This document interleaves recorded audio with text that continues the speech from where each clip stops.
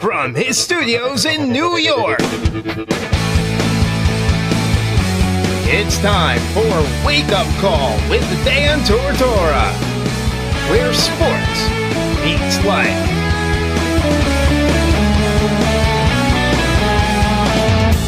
Here's your host, Dan Tortora.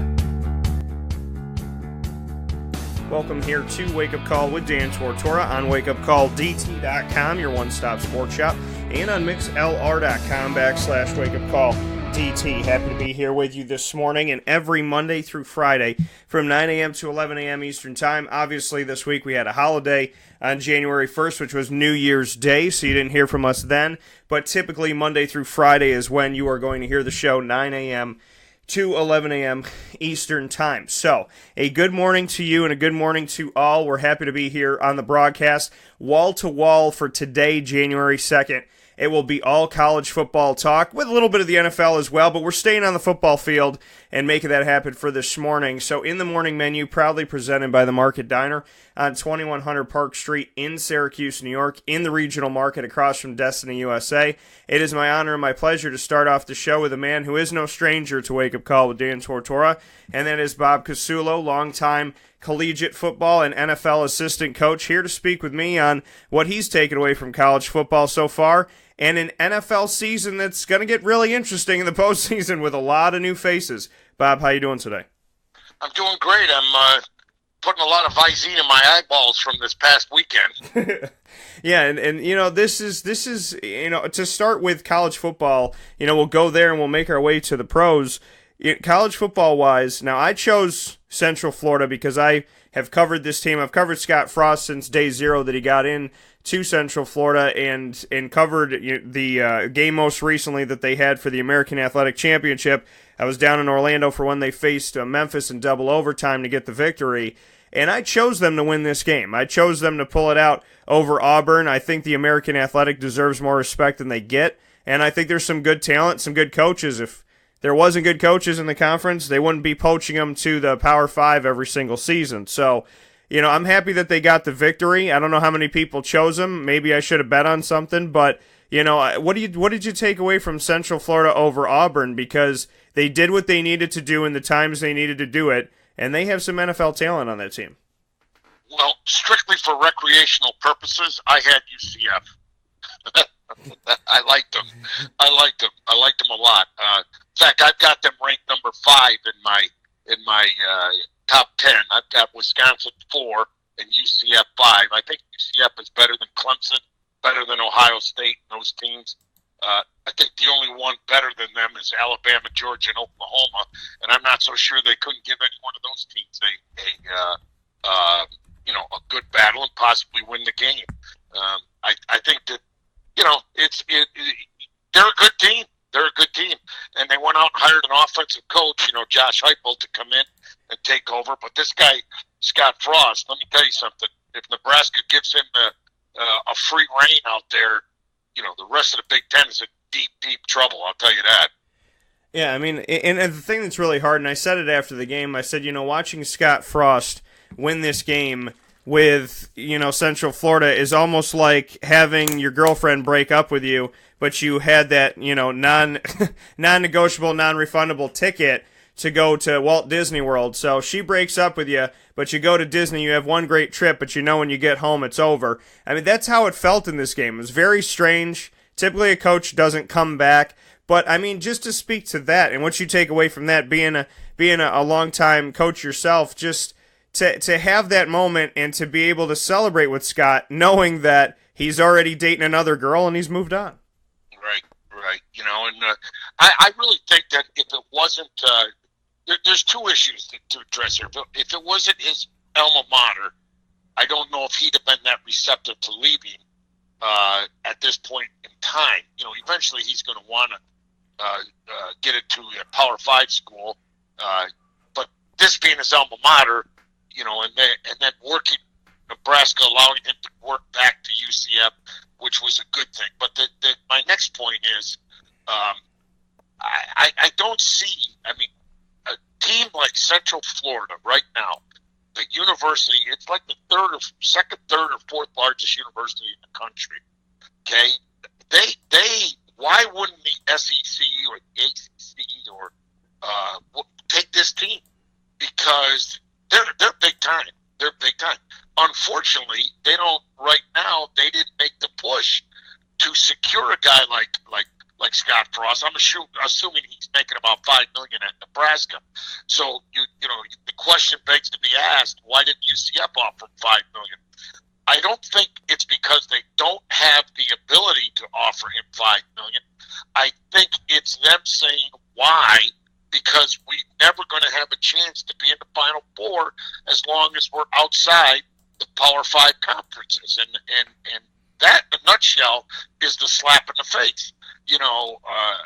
UCF could play with any team in the country right now. Memphis could probably play with most teams in the country. That's just two teams. There's many, many others. But until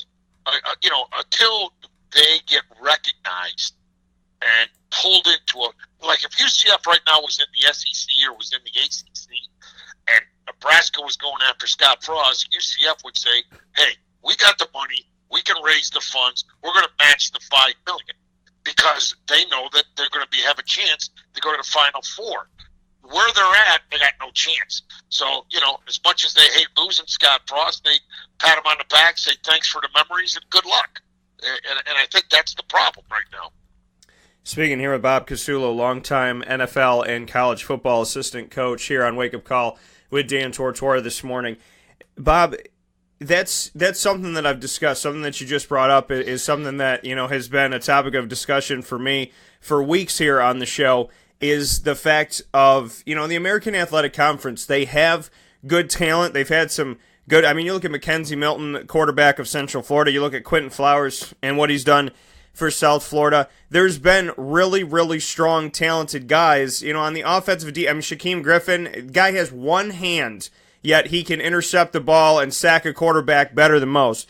So you look at some of these teams and you say, okay, the South Floridas and the Central Floridas and Memphis and what they've been able to do and some of the guys that they've had on the field. You look at teams like Navy, you look at teams like Houston, SMU has gotten better. So, there's talent all throughout, but that's a question that's always come up is, well, they're not a Power 5. They're not included in this, so they're not going to get that respect. And when it comes to the college football playoff, it hinders a coach by saying, okay, well, you did a really great job. However, we don't regard you as high as we do other people. And if what it's coming down to for me is if the Power 5 are the only teams that are ever going to be considered for the college football playoff, then why even have the other conferences? Why not separate it? Because if I'm fighting my butt off in the American Athletic, and I'm having a year like this year where Memphis turned some heads and UCF turned some heads and South Florida turned some heads, and I'm not getting any headway into the college football playoff, are we essentially saying that this, like the BCS,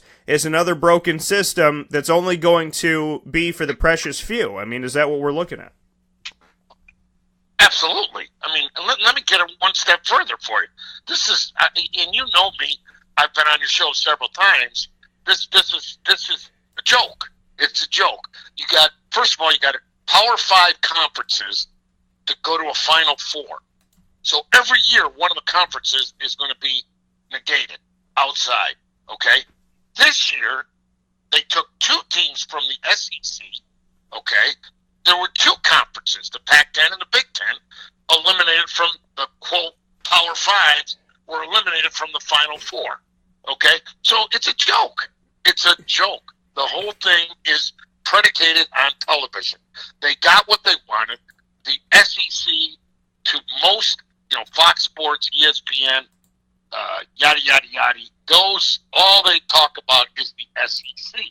Okay, well, they got their wish this year, so now they can brag. They got 1 year bragging rights on the SEC.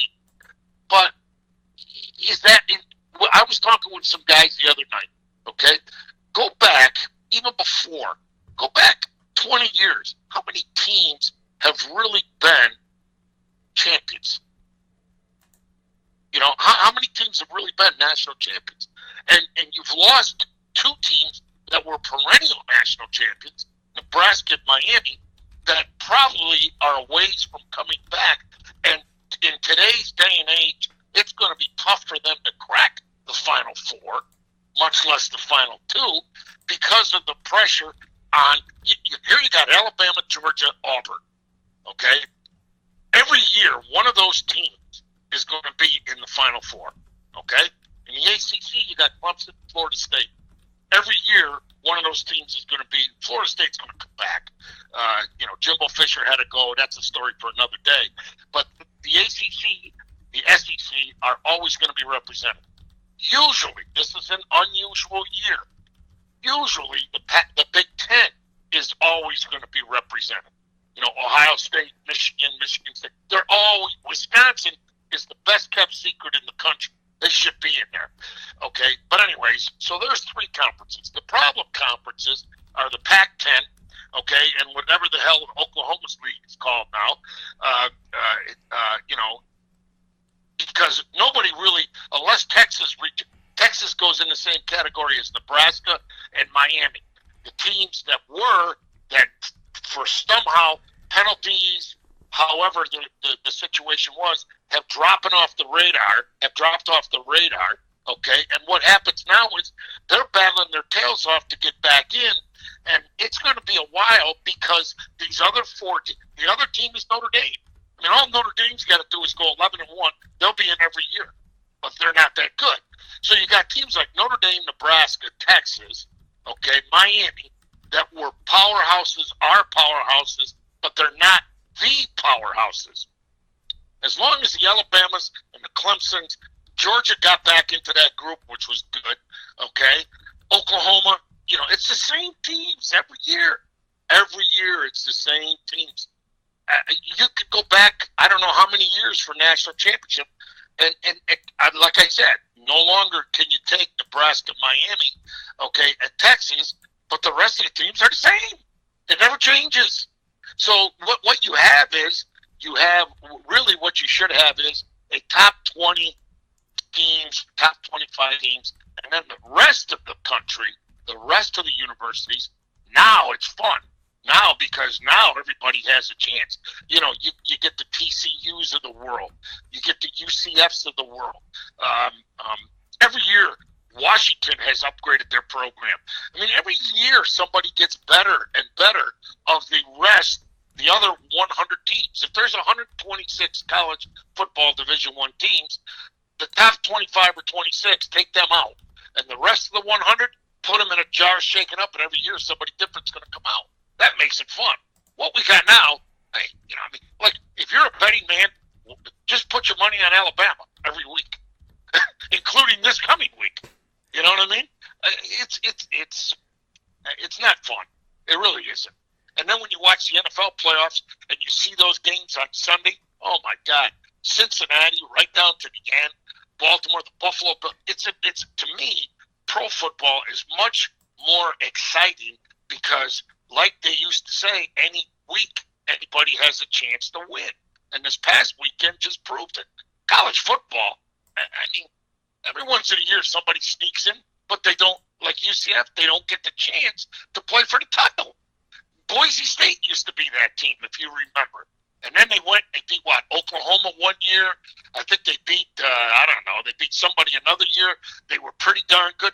Now they've kind of backed off a little bit. They're still good, but they're not great. But they never had a chance to go to the Final Four. Never.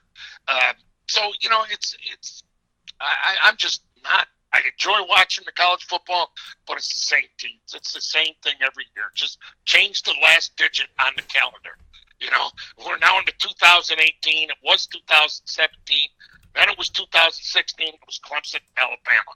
Clemson, Alabama. Clemson, Alabama. Now this year it's Alabama, Georgia. Okay? But next year it's going to be Alabama and somebody else. Probably Clemson again. It's boring. It's repetitive, it's boring, and it's not good for college football. And one more thing, okay? Every once in a while, a team like Syracuse will upset a Clemson. Okay? That's an anomaly. That doesn't happen. Okay? Which was why, in my argument for the Final Four, not only did they put Clemson in the Final Four, they seeded them number one. Well, for recreational purposes only, I sit there and I say, I'm going to pick the opponent because Clemson got beat by Syracuse. I don't care if the quarterback was hurt.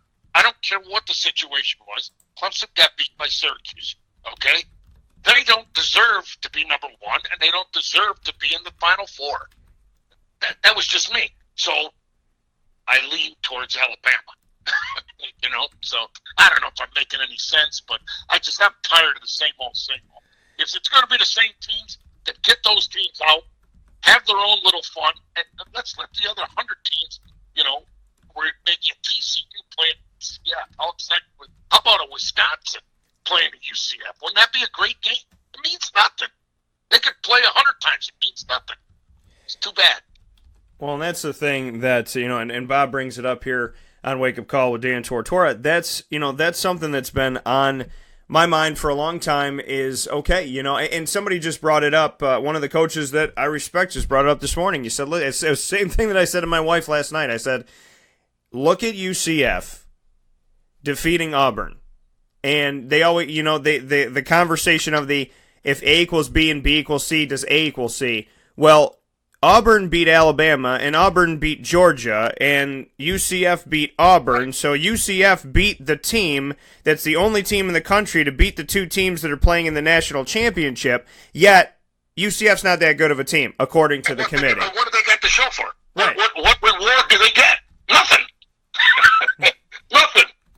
People don't even talk about that.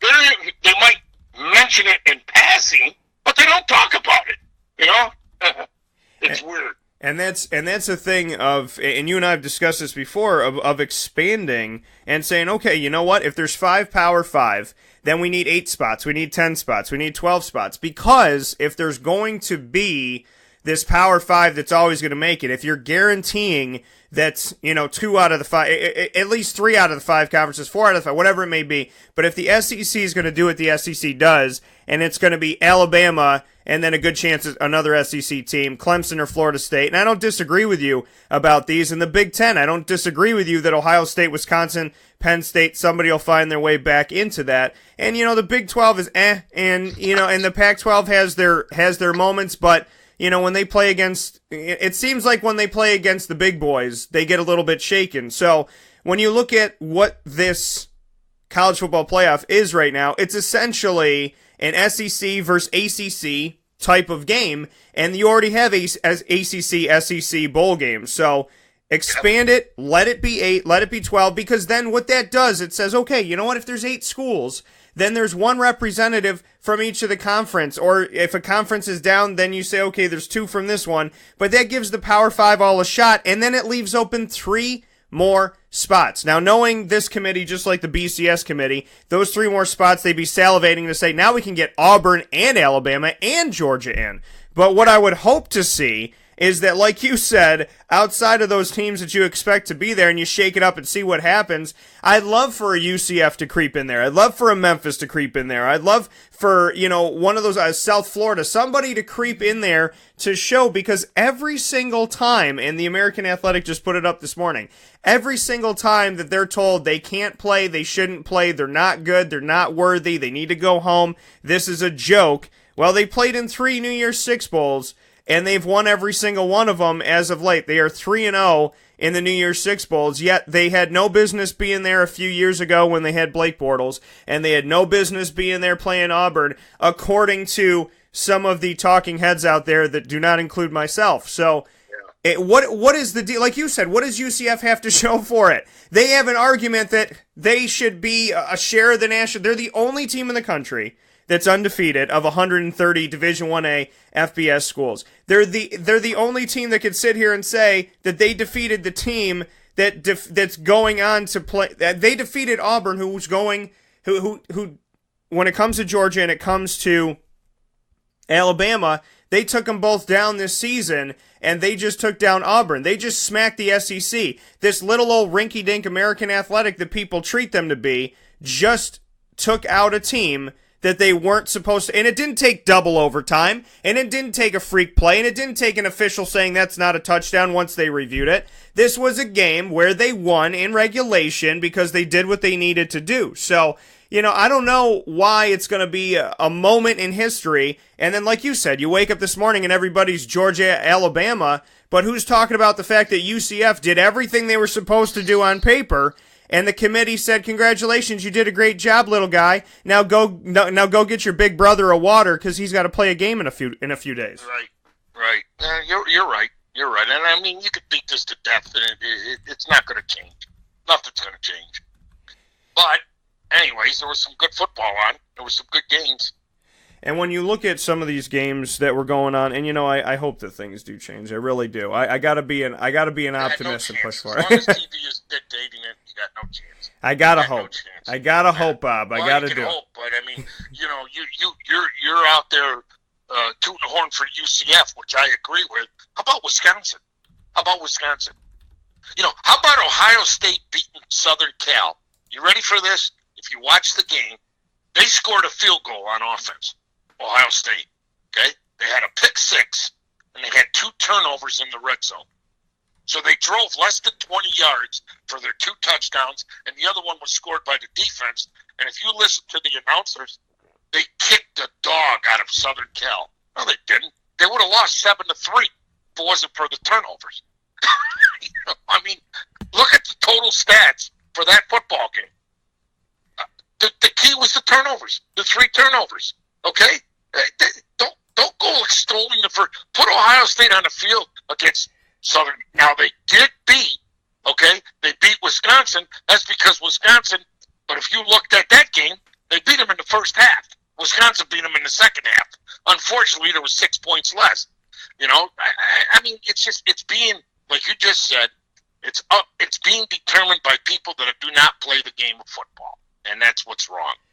Anyways, we beat this horse to death. But what I think is funny, you bring up the Ohio State game, and one of the stories that was written was playoff snubbed Ohio State over USC. And I'm looking at this game, like you said, you go back, you look at the numbers. This was one of the most boring games in the bowl season because Ohio State scores in the first quarter. JT Barrett runs it in from a yard out. Then they kick a field goal in the second quarter. Then they have an interception return. Then JT Barrett runs it in again, this time from 28 yards. Then USC gets a touchdown right before halftime. Nothing happened in the second half.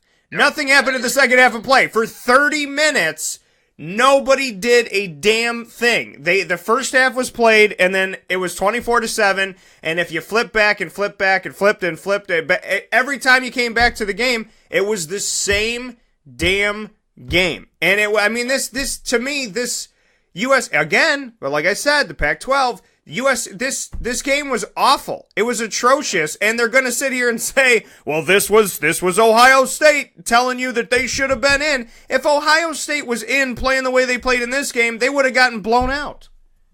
Yeah, no, I'm with you. It's terrible. So what were some of the other bowl games that, the good ones, the ones that were actually, dog fights here? What were some of the games that you liked?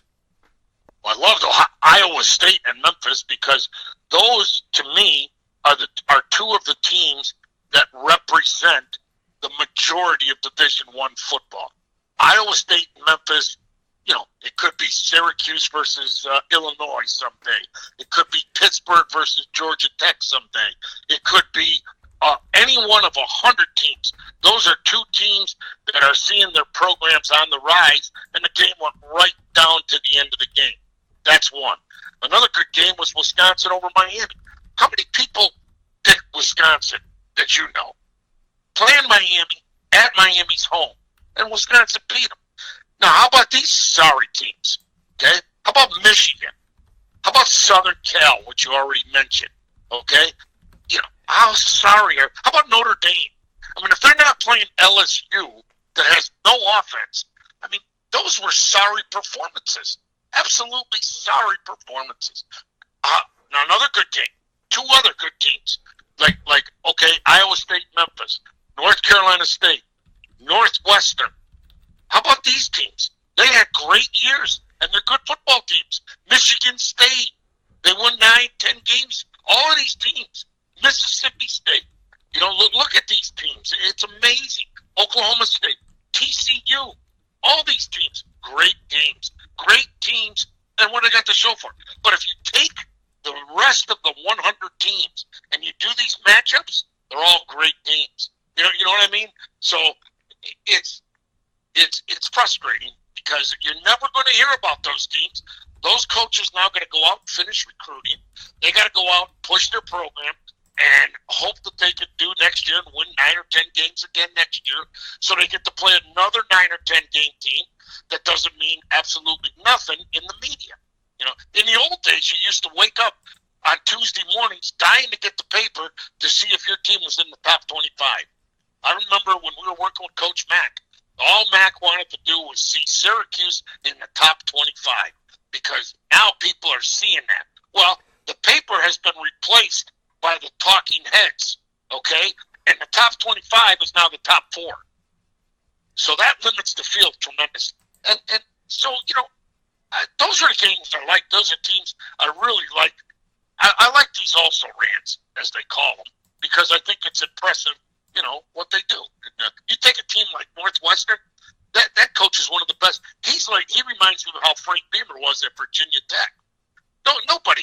Virginia Tech, in those days, yeah, Frank Beamer won 8, 9, 10 games every year. Northwestern, Pat Fitzgerald, every year, 8, 9, 10 games. Northwestern. I guarantee you, if you give somebody a pen and paper and list the top 50 teams in their minds, they ain't going to put Northwestern in there because they don't even know who they are. Yeah. Yet they're a good football team, you know? That's what I like. I like looking at these other teams. You know, I like looking at them because that's exciting. You know, that's exciting. I mean, Alabama's Alabama. Nobody's going to beat them. Nobody's going to beat them. But anyways, you asked me what other games I like. Those are the games I like. Well, no, and I think you know what people pay for and what they hope for is a close game and an exciting matchup. And Iowa State going up against Memphis, this was a huge game in the Liberty Bowl, and it was 21-20 in favor of Iowa State. And there was no scoring in the fourth quarter, but all the way through, you look at how close this game came for Memphis. You know, this game was 7-0 in favor of Iowa State. Then it's tied. Then they took the lead all the way down to the third quarter. Memphis takes the lead. They take it back about 9 minutes later, and then Memphis tries. They kick a field goal. They don't get the touchdown, and it ends up staying there 21-20. I mean, that was a big-time game for both teams. And like you said, teams that will be overlooked and people say, who cares? Yet Iowa State beat some good people this season. And, you know, and at the same time, Memphis took down, you know, UCLA, and they did some good things this year. So there's something to be said about that. Here's something to think about. Let's go back to the 80s and 90s, okay? And let's say we had this system in place in the 80s and 90s. You want to know what the Final Four would be? Texas, Nebraska, Miami, and Penn State. Were those not the best 4 teams in that time period? Some pretty good teams. Yeah. Where are they now? Right. Now, do they ever have a chance? Do they ever have a chance of getting back? You know, I would say they have a chance, yes, but in reality, you know, it's probably not going to happen. You know, Penn State's another team that I really liked. I saw them, and I liked them. But, you know, 20 years ago, 30 years ago, Texas, Nebraska, Miami, Penn State, those were your Final Four teams if you look at it, you know. And the only team that ever cracked the national championship, I think, once was Alabama, when that older gentleman was the coach there. I think they cracked it one year in 91 or 92. But the rest of the time, it was Nebraska, Miami, Penn State, Texas. That was it. That was it, you know. So I think Florida State always was in the top 5. But, you know, I think you would put them, you know, in the same class as Alabama at that time. They were going to disrupt, but they weren't going to be an annual perennial champion. But there's too many good football teams other than the top 10 out there, and they're never going to get a chance. And that's what's wrong with the sport. And it's difficult because it isn't like basketball, because basketball right now, you can have a 128-team tournament or 124 team, whatever it is, tournament, and after one game, you're down to the brackets as they currently stand. You know, and you can't do that in football. I mean, if you had a 100-team tournament in football, you'd be playing from, till the 4th of July. So you can't do that, but it needs to be at least 8 or 16. Yeah, it definitely needs to expand, and Bob and I have agreed on that. Bob Casullo here, longtime assistant and professional coach when it comes to the sport of football. Bob Casullo here on Wake Up Call with Dan Tortora. Speaking on college football and taking a look at this, I want to ask you about the Lane train, okay? Because first and foremost with Lane Kiffin, I was down in Florida, ironically, when he was hired to take this job at FAU. I was covering the Jaguars game, and so I'm down there and I'm writing this article about Lane Kiffin going to FAU, and I put up a post and I said, how long do you think Lane Kiffin will last at FAU? I put 1 day, 1 hour, 1 month, 1 year. What do people think? And this man, he just signed an extension, and as you and I know, Bob, contract extensions mean probably nothing because they get broken all the time. But Lane Kiffin is supposed to be with this team until, I believe, 2027 by the contract he just signed. They won 50-3 against Akron at their stadium. They took care of business. And Lane Kiffin, the guy who we thought it was opposite day, something crazy was going on. Somebody took a hold of the channel changer that affects the entire world and moved Lane from where he was to FAU, and it was a big joke. But yet, he is there. He is recruiting. He's going to come back next year to Boca Raton, Florida, and go to work again. First and foremost, how surprised were you in the move? And then secondly, how surprised are you that this man is staying here to build up this program when we're having the conversation that they're never going to allow them into the college football playoff, more than likely? It's not even, if they're not going to allow the American, they're not allowing any other conference that's under the American. So what are your thoughts on the Lane train coming to Boca Raton and then stopping in Boca Raton? Well, first of all, Lane Kiffin's coaching career is backwards. It went in reverse. He got the golden goose first instead of earning it. He went Oakland Raiders, Southern. Not in this order, but I'm just giving you the rank, the power of the programs. He went NFL, Oakland Raiders, Pac-10, Southern Cal, SEC, Tennessee, FAU. It should have been. Realistically, it just reverse it. FAU to Tennessee, logical move. Tennessee to California, for him, logical move. Southern Cal, okay? Southern Cal to the NFL, Oakland Raiders, logical move. West Coast kid. Perfect, okay? His career is in reverse. I think, and again, we all get smarter and more mature with age. And I think in his case, he's happy here. He's not going to be satisfied here. But the biggest thing he's going to be here is patient, okay? And he's got himself a good program that the previous guy did a good job in stocking that program, but couldn't get them over the hump, okay, so to speak. Lane Kiffin comes in, reaps the rewards of these athletes, and has the coaching acumen to get them over the hump. So now all he's got to do is stay there and be patient. And his next move, he's not going to go to the NFL again right away. He's going to have to take a Power 5 step, okay? And don't be shocked if Alabama is not that place. Because, Nick's my age. I think he's 66 or 67. He's probably going to coach 2 or 3 more years, okay? I doubt if he'll go much longer than that. So Lane Kiffin signs a 10-year deal with FAU, sits tight for 2 or 3 more years, and goes to Alabama.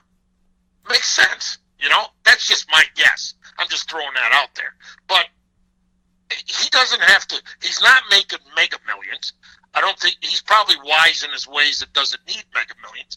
I think what he's looking for right now is having fun. And I live we're 20 minutes away from Boca. He's having fun. And they're doing a nice job.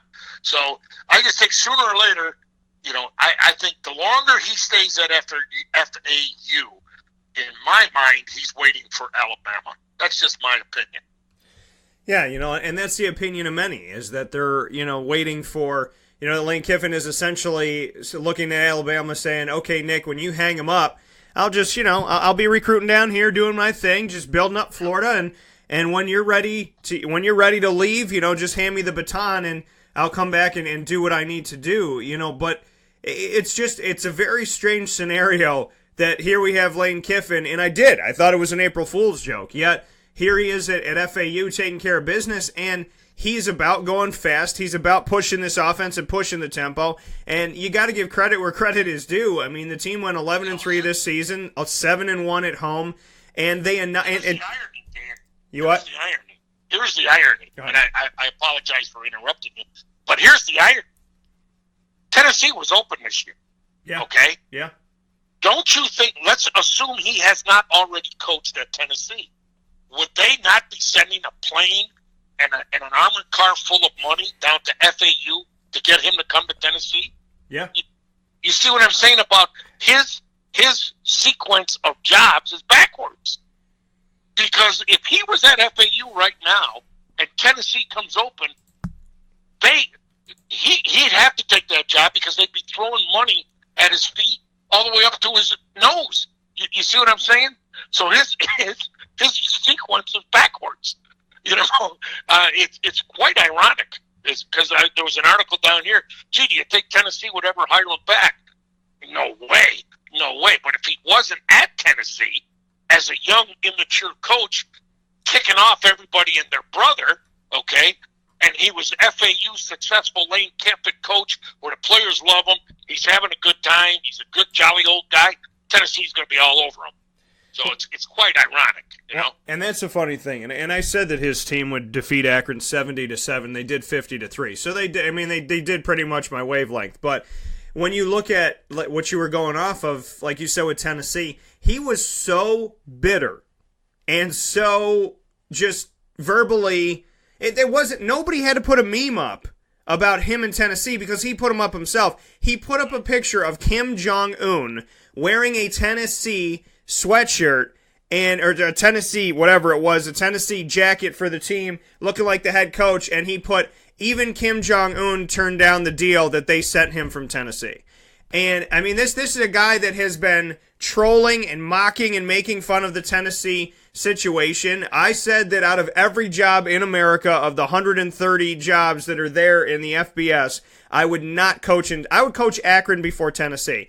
Because of what happened with Greg Schiano, because of what happened allegedly with Mike Leach, there were so many. I mean, this was to know that a school, that an institution could hire somebody in theory, and then see people on Twitter go, no, we don't like it, we're gonna block. I mean, to see that, and then to see the pitchforks and the torches, like the Beauty and the Beast scene when they're going to take down the Beast in the castle. For them to see those pictures, to see the people on campus and see the Twitter posts and then back up into a corner and go, okay, we'll hire who you want us to hire. I asked Tennessee fans repeatedly who they wanted. They didn't want Dave Doran from NC State, and I think you're nuts. They didn't want this, they didn't want that, they didn't want the other thing. But, and you see that Tennessee said, okay. They said, all right, we'll do what you want us to do. They listened to the trolling people on the internet and ran into a corner, cried, and said, please don't hit me. And to me, this makes absolutely, positively no sense. And if I'm the head coach of Tennessee and the fans don't like the t-shirt that I wear to the press conference, I'm probably getting fired next year. And I would never want to go to an institution that makes a decision with no backbone. And I think that Lane, on top of all of that, saying, this is how I feel about Tennessee, I think it made a situation even more laughable when you have a coach that used to be there saying, I don't even think the man in North Korea would take the job. Yeah, no, you're right.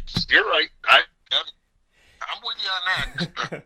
So to look at a couple of these games before I let you go, Bob, because there's two that are on my mind, and they both have to do with the ACC, but teams that don't get the respect that I believe they deserve in the ACC. And the first one is Wake Forest, who, has found their way to the top 3 in the Atlantic Division and has been number 2 at times, has been number 3 at times in the last 2 years. Dave Clawson got what Scott Schaefer didn't get. He got time. And I like Dino Babers, and I like what he's doing at Syracuse. I'm just making an analogy of Scott came in around the same time that Dave came in, and Dave said, this is going to take some time. I'm not going to turn around overnight. I'm going to have to build this thing from the ground up, and you're going to have to be patient with me, or else I'm not coaching here. They gave him the time. He got what he needed, and he signed an extension because of what he's been doing, getting them to bowl games, getting them better in the conference, pulling off victories, and being a strong team. Well, they went up against Texas A&M, and for those that don't think Wake Forest can score the ball, they won this game 55-52, at the Bank of America Stadium in Charlotte, North Carolina, ironically the same place where they play the ACC championship game. What are your thoughts on the Belk Bowl and Wake Forest and Dave Clawson 55-52 over Texas A&M? I mean, this is another game that I really hope that people don't just put a little blanket over and move on. I mean, this is something to talk about. Well, I'm going to expand this a little bit, okay? When Syracuse went into the ACC, people, in conversation, were talking about in the ACC, well, forget about Clemson, Florida State, Miami. We got to beat BC, Wake Forest, Duke, North Carolina State, Georgia Tech, Pitt, those teams. If we beat those teams, okay, we're going to be okay. Well, Virginia Tech in a bowl game, BC in a bowl game, Wake Forest in a bowl game, Duke in a bowl game, NC State in a bowl game. Every one of those teams except Virginia Tech won the game. And Virginia Tech went right down to the wire with highly ranked Oklahoma State. So the Wake Forest, I put Wake Forest, they've done a great job. They really have. Duke, great job. North Carolina State, phenomenal job. One of the best jobs of them all being done, in my opinion, is Boston College. I mean, and we're talking about mediocre programs, but we're talking about programs that were down that are working their way up. And you hit Wake Forest exactly in that category. But I think there's other teams in that category too. And that's when you get better, because what you've done is you've now picked yourself up off the bottom of the heap, okay, and you're advancing through the ranks. Wake Forest, Boston College, Duke, North Carolina State, they're moving forward through the ranks, okay? And that's how your program gets better. So, now these coaches, right now they're pretty solid in what they're doing and where they are. Down the road, who knows? I know I know Tennessee would have driven an armored truck to Duke to get David Cutcliffe. He's very well respected at Tennessee, and they would have loved to have had him. But he's content and happy where he's at, and he didn't go. Does a great job. The guy at NC State, somebody tried to get him, and they thought he was going. Was it Tennessee? Yeah, right, Tennessee, you said that, and he didn't go. Wake Forest, that guy's got to be on somebody's radar. Same thing with BC, the guy there. These guys are getting it done. Now you've got these other programs. They've got to get to the step. Syracuse, Georgia Tech, Pittsburgh, North Carolina, Virginia. Okay, Virginia is close. They're close. They got trounced by Navy, but they made the bowl game. They're probably the next team to move up into that medium level. But the ACC, including Wake Forest, now we've always said Virginia Tech, Boston College, Wake Forest, Virginia, Duke, North Carolina State, Georgia Tech, Pitt, Syracuse, North Carolina. The team that wins those games, okay, becomes the next fourth best team in the ACC to Clemson, Florida State, Miami. And that's where you're going to get. That's as far as you're going to get. And every once in a while, you might upset somebody like Syracuse was capable of doing against Clemson this year. Every once in a while, if you can get to that number 4 spot, you never know. To get to that number 4 spot, you're going to have to beat one of those teams. And if you beat them, now you got a chance. And I think Wake Forest is one of 4 or 5 teams that are on that track in the ACC.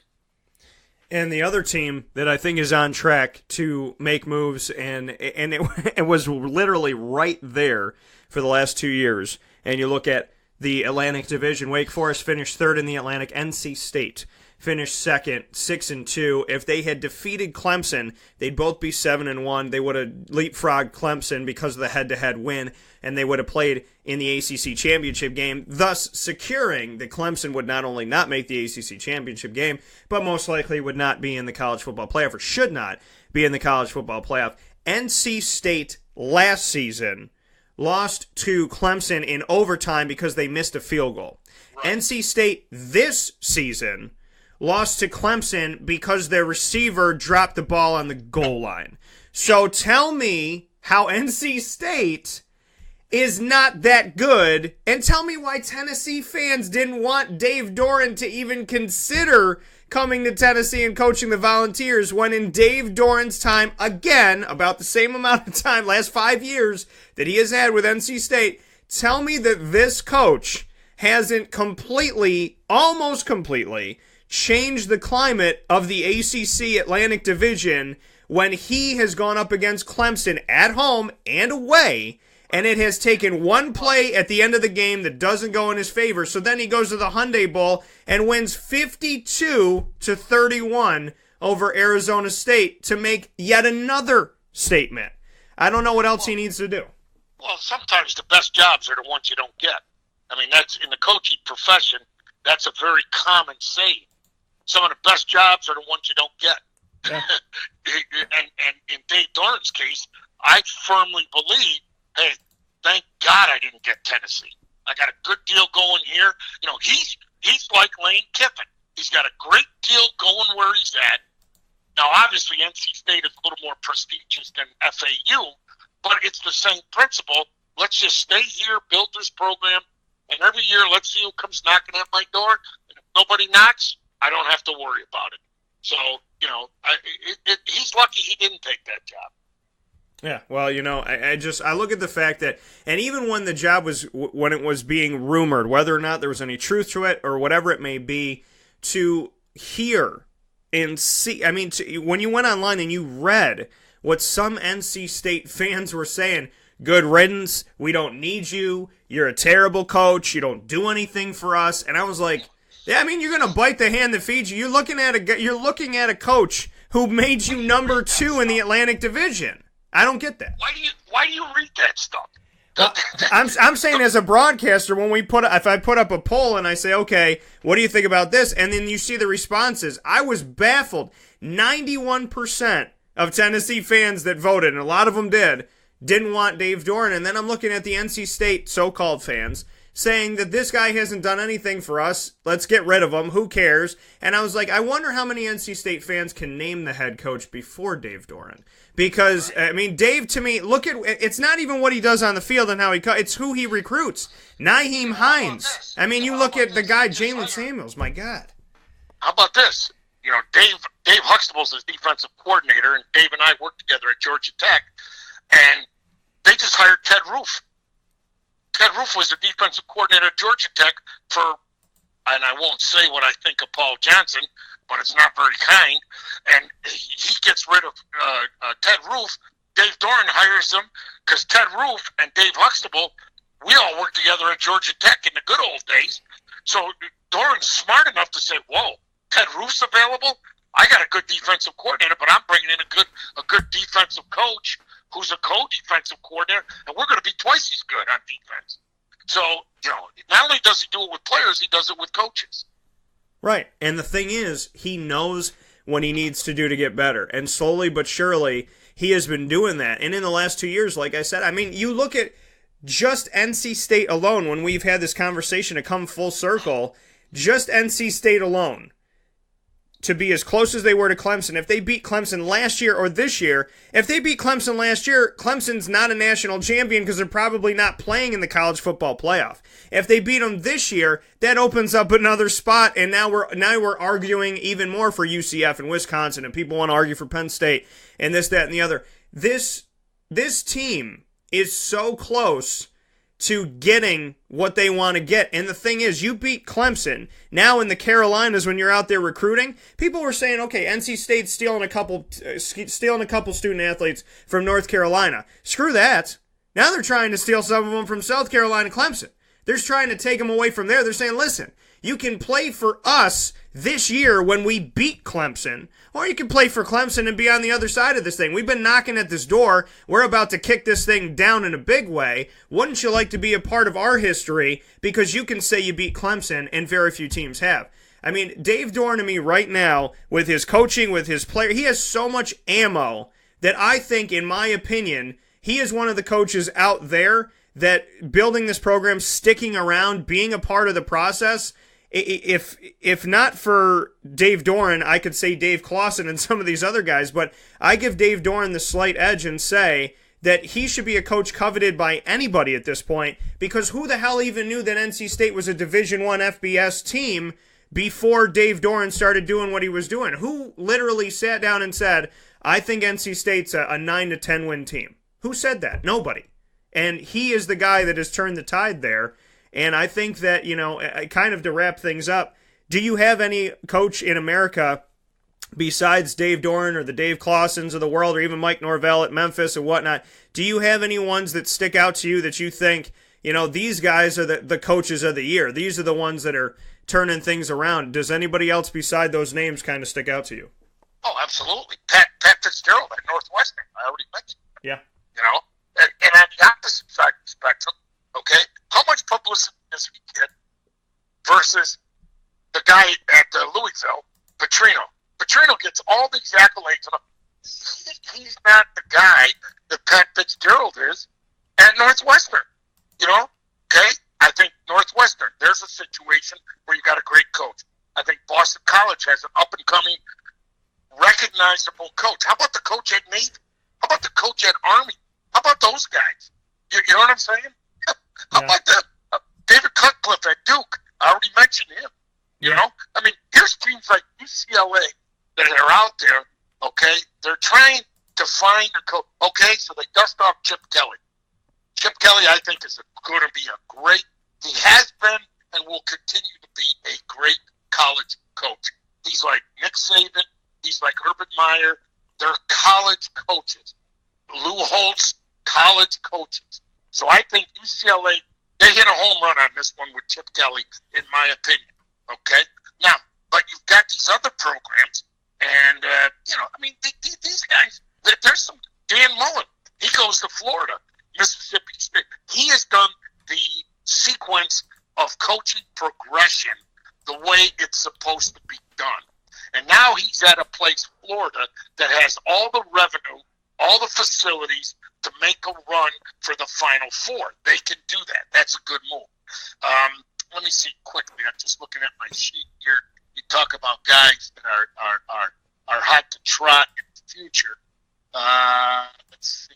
I don't want to bore you with this, but UCF seems to be, or USF seems to be a stepping stone program. The guy at Wyoming did a nice job. Temple now all of a sudden is a stepping stone program. How about that? I remember years ago when I was at Syracuse with Coach Mack in the early days of Coach P, when you played Temple, you wanted to play as many players as you could so your starters didn't get hurt. All of a sudden, Temple is an 8, 9, 10-win team, and it's a stepping stone for their coaches. We already talked about FAU, but you get the idea. There's a lot of good coaches out there that don't get the recognition they deserve because they're not ESPN coaches. The Final Four is all. ESPN right now will be tripping over themselves. They will be verbally, they won't be able to have enough airtime to get all the talking heads to talk because Alabama and Georgia from the SEC are in the championship game. You trust me. Do not turn your TV on until 8 o'clock next Monday night. Trust me. Because you are just going to be buried with this, SEC this and SEC that. Forget about it. Anyways, that's my rant. Time to go. Yeah, coming from Bob Casullo. No, but, it makes a lot of sense, Bob. There's a lot of good coaches. How about Mike Leach? Yeah. Are you kidding me? You know what they don't like about Mike Leach? The same thing they don't like about our president of the United States. He's going to say what he thinks. And that, in today's politically correct society, that ain't very good. Mike Leach is a funny son of a gun. I don't know. Go on YouTube and get the clips of Mike Leach press conferences, outtakes from Mike Leach press conferences. It's hysterical. He's having fun. Right. They're having fun. That's what it's all about. Have fun. Come on. Look at Mark Richt the other night for Miami. Okay? Yeah. Totally out of character. But the pressure is getting to you. You know what I'm saying? I'm not a Mark Richt fan, but I felt bad for him because all that emotion came out. And he was wrong, and he apologizes, and he admits he was wrong, and he will take any punishment. But that's the pressure. Is Mark Richt having fun at Miami? No, you can't have fun because the bar is too high. The Jimmy Johnson bar is too high. Until you get to that bar, you're not going to have fun at Miami. No way. But these guys like Mike Leach at Washington State, he's having a ball. He loves it. You know? So, I don't know. That's my rant for today. No. Go play golf. No, but I agree. There's some good guys out there, and there's a lot to be said about where college football should go. Maybe one day we can be the ones that are not trying to. You know, I think if Bob and I were there for the college football playoff committee, we wouldn't have anything to backpedal on this morning because we would have made the right decisions. Bob, as always, it's a pleasure. Enjoy your weather because I will be in -5 temperatures most likely today. But I will be down in Jacksonville for that playoff game in less than a week, so I'm looking forward to that. All right, Dan. Thanks for having me on. Stay in touch. All right, take care. Bye. That coming from Bob Casullo. We'll take a quick step aside here. We're coming back with Mike Aresco, the American Athletic Conference Commissioner. We got to talk about it this morning, do we not? We have to talk about UCF this morning. We did a little bit. We're going to talk about it with the commissioner of the American Athletic Conference about that school, that institution that's part of the AAC. UCF 13-0. Nobody else is undefeated, and they just took down the SEC. So what should we say about champions? Who are the champions of this season, even before the national championship is played? We'll discuss it in a minute. This is a wake-up call, fast break. Carvel DeWitt, it's what happy tastes like. Do you know why? Because we make ice cream. Creamy, rich, flavorful ice cream. Not yogurt or ice milk like some of our competitors. Ice cream. Fresh, by hand, daily. For the calorie conscious, we have something new for you. Our new Carvelite. Same great flavor, creaminess, and texture of our regular ice cream with only 35 calories an ounce. So whether you want an ice cream cake, flying saucer, dasher, carvalanche, hard or soft ice cream, we will satisfy your craving with our fresh, handmade regular or new Carvelite ice cream. Carvel DeWitt. It's what happy tastes like. Welcome back here to Wake Up Call with Dan Tortora on wakeupcalldt.com, your one-stop sports shop, and on mixlr.com/wakeupcalldt. I felt like it was only fitting here in the morning menu, proudly presented by the Market Diner, that this morning we have a voice on the show that is no stranger. At this point, I feel like, you know, we could call him a strategic analyst of when it comes to college football here on Wake Up Call with Dan Tortora. The Power Six is a conversation that I've had for a long time, and this man has had it for longer. Coming off of a game yesterday, I felt like we couldn't wait 2 days, 3 days, and I'm very happy he felt the same way to discuss this, and that is the commissioner of the American Athletic Conference, Mike Aresco, who has within this conference this team called Central Florida, who just happened to be the only undefeated team in the nation when all's said and done at 13-0, who defeated the SEC's Auburn, who's the only team to defeat both Alabama and Georgia this season, who are playing for the national championship, which brings up the question, why was UCF left out of it? Well, on a morning with a team that wasn't supposed to make it, that had no business being there, once again, it feels like deja vu from the Fiesta Bowl. I'm very happy to have Mike Aresco here on the line with me to discuss a conference that demanded your respect and then showed you why, and a team that demanded your respect and then showed you why. So we sit here this morning saying, Power 6 shouldn't be a conversation anymore. It should be a definite, in my opinion, and I'm happy to bring Mike on to talk about it. Mike, how you doing today? Morning, Dan. Pleasure. Losing my voice a bit. You know, it was a pretty exciting day yesterday, but pleased to be with you and echo everything you said. And when we look at this now, I took a picture of the P6 helmet that was at the AAC football media days, and that's what I've been, utilizing here. Let's discuss this because there was a post put up by the American Athletic Conference this morning that said, 3-0 in the New Year's Bowls, the New Year's Six Bowls. So 3-0 in games that they weren't supposed to play in and had no business being in, and then that UCF team that didn't play anybody tough this year, and who cares about this team, and how the heck did they make it up against Auburn, who's going to embarrass them? That was the conversation and the talk by some, and UCF took care of business in regulation, won the game, on top of doing it with a coach who had already left, who came back, and so the mental side of it, they had to overcome the mental, overcome the outside noise, and then overcome a strong Auburn team. They did all three of those things, and they did them in style. So as the commissioner of the AAC, knowing that UCF did it again and once again put the AAC and themselves on the map, what are your thoughts coming out of a game that should leave no question in people's minds that UCF was a very, very strong competitor this year? Well, it obviously reinvigorates our P6 campaign, and it gets it further toward a conclusion down the road. We're not that far away. The one thing I've said, Dan, all along is that we've proven what we can do over the years. The teams we've beaten in these games have been top teams. Baylor was, I think, 6th in the country when UCF, beat them pretty badly, 4 years ago. Florida State was 9th, I think, when they lost to Houston by 2 touchdowns. And yesterday's game, obviously Auburn was not only 7th, but they were, I think, 1 or 2 at one point until they lost the SEC championship game. And you're right, they beat both teams that are now playing for the national championship. So it's a pretty impressive resume. But the game yesterday, it was a touchdown game, but it didn't even seem that close at times in that second half. When things stabilized for UCF and they went ahead by 2 touchdowns and had a chance to make it a two-score game at the end. Had some issues with a penalty and then a missed field goal, but we've taken care of business over the years. Our top teams, I said all along, can play with anyone. I don't think everyone believed me, and I hope the college football playoff committee, that they do a great job. They're terrific people. I hope that they recognize now that this conference, you have to look at some history and see what we've done to see that when UCF went up to Navy and barely won, and went to SMU and barely won, and had some other tough games in our league. Memphis obviously played a great championship game, an incredible game against USF. Got a lot of teams in our conference that can play, and they also went up to Maryland and beat them pretty impressively. And Maryland, of course, wasn't a top team this year, but they had just beaten Texas, and there were also issues. They went to Wisconsin, had a similar score. Yeah, So, it really is a credit to what our top teams have done. Also, you mentioned Scott Frost coaching. That was really important, and he's just a tremendous guy.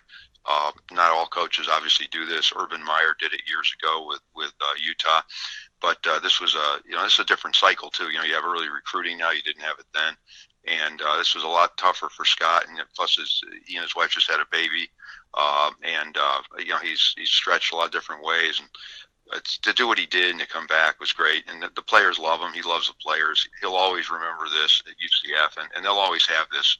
Even though he's moving on to Nebraska, they'll always have this in their memory bank. It's an undefeated season.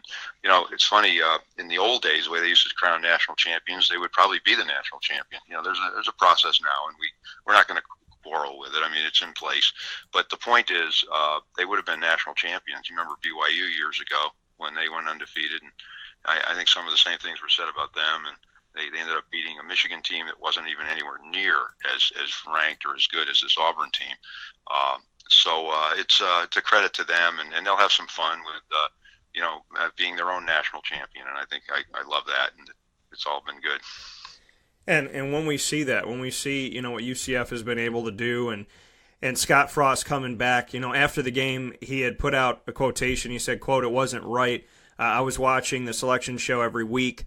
The committee sitting in a room and deciding that this 2-loss team must be better than UCF because UCF is in the American, or this 3-loss team must be better than UCF. It looked like a conscious effort to me to make sure that they didn't have a problem if they put us too high and a couple teams ahead of us lost. And oh no, now we have to put them in a playoff, but we just beat Auburn that beat 2 playoff teams and lost to another one by 6 points, and we beat them by 7. End quote from Scott Frost. Your thoughts on that? Well, again, I'm not going to in any way impugn the committee. I think it's a question of perception and how they view our conference, and I think it just has to change. And I think maybe this will be a huge impetus. This is the sweetest thing we've done in terms of a big victory, and I think it's going to resonate nationally. But the issue, Joey Galloway, give him credit. He's the one voice on those ESPN shows who said UCF ought to be ranked higher. Love the way they fly around the field. I think they can beat a lot of these 2-loss teams. And sure enough, he was right. We felt he was right. We felt our history had proven that. And Scott is he's voicing a frustration that I think we all had in terms of where we typically get ranked.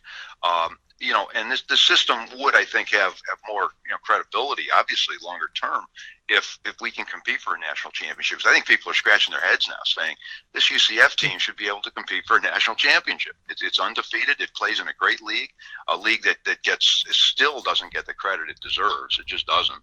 And, we were 3-1 against the P5 this year. I think my head of PR, Bernie Caffarelli, would want me saying the other P6. But the point is we were 3-1 and we were 1 point away from being 4-0. And that was a very controversial game, as you know, with some calls and some other things in that game.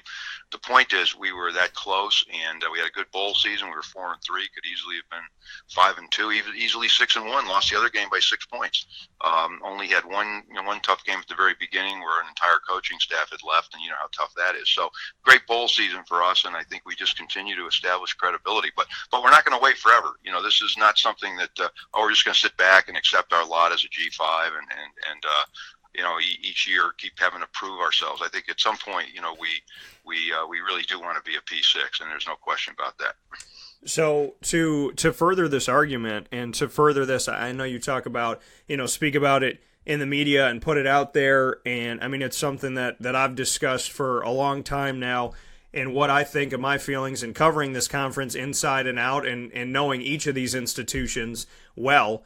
To move forward with this, what can you do and what do you do from your office at this point to make a statement? And like you said, I respect the committee. I respect the people that are working on the college football playoff committee. I hope that this will help change things. I think that, we're better than what we're given credit for. And like you said, we're not sitting here complacent. We want to push this thing forward. We feel like we had done enough before now, and now you have a game where, like you said, people are scratching their heads on a Tuesday morning, January 2nd, going, so why can't this UCF team play the winner of this game? Because, I mean, what don't you want? I mean, when you look at a team, and this has happened, like you said before, it's happened in previous years where there's been an undefeated team that gets a share of the national championship but not the same feel for it. So what can you do as the commissioner, and what can your office do with the American Athletic to further this thing along and say, okay, you know what else do we need to do? Write it down on a piece of paper because we've done everything else. Well, I think our own teams are doing most of the hard work, if not all of it, in terms of doing what they've done, and they get national attention. I think, we need to continue to mobilize the media, and I think the media has been an issue because they don't cover us the same way. And even today, I looked at, a headline, I think, Sports Business Journal had a headline about the championship, that first semifinal game, and I didn't think the play calling in that game compared to our game, and I thought Mackenzie Milton's best quarterback I saw all day. There wasn't a better one than Mackenzie Milton. The kind of improvisation, the incredible poise under pressure. Once he got rolling, throwing the ball in the second half, he made throws that the pros sometimes don't make. And he ran the ball when he wasn't throwing as well in the first half. He ran the ball and kept them in the game. But I watch these games, and I think the media has to give us more attention and more coverage. I know the blogosphere and the social media went crazy yesterday, so I think nationally it's resonating. But you still sometimes, there was no story today, I thought, in the headlines of Sports Business Journal, for example, on our game, which I thought was one of the stories of the day, if not the story of the day in many ways. Yeah, you had a double overtime game in the other championship game, and there was obviously some controversial play calling, so it's a good topic of conversation. But when you look at what our team did and how they played, I think they deserve a lot more attention. And again, Joey Galloway was the fellow talking about it. We want to see others talk about it, other commentators talk about our league.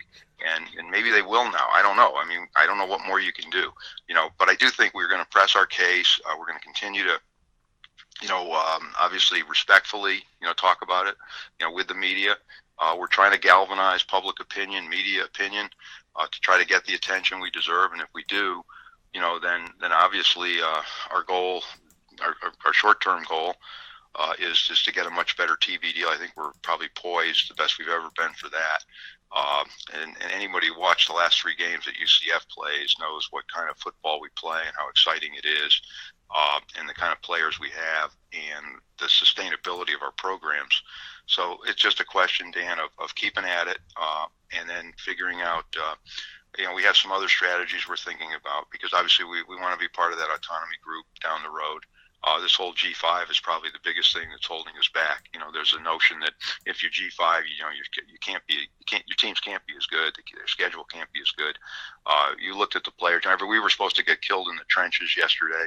It wasn't supposed to be. It could have been a massacre. You heard all of it beforehand, and you saw our guys not only compete in the trenches but dominate, 6 sacks, do a lot of other things offensively, protect Mackenzie Milton even without their left tackle, who started 37 straight games and was injured, a couple of games ago.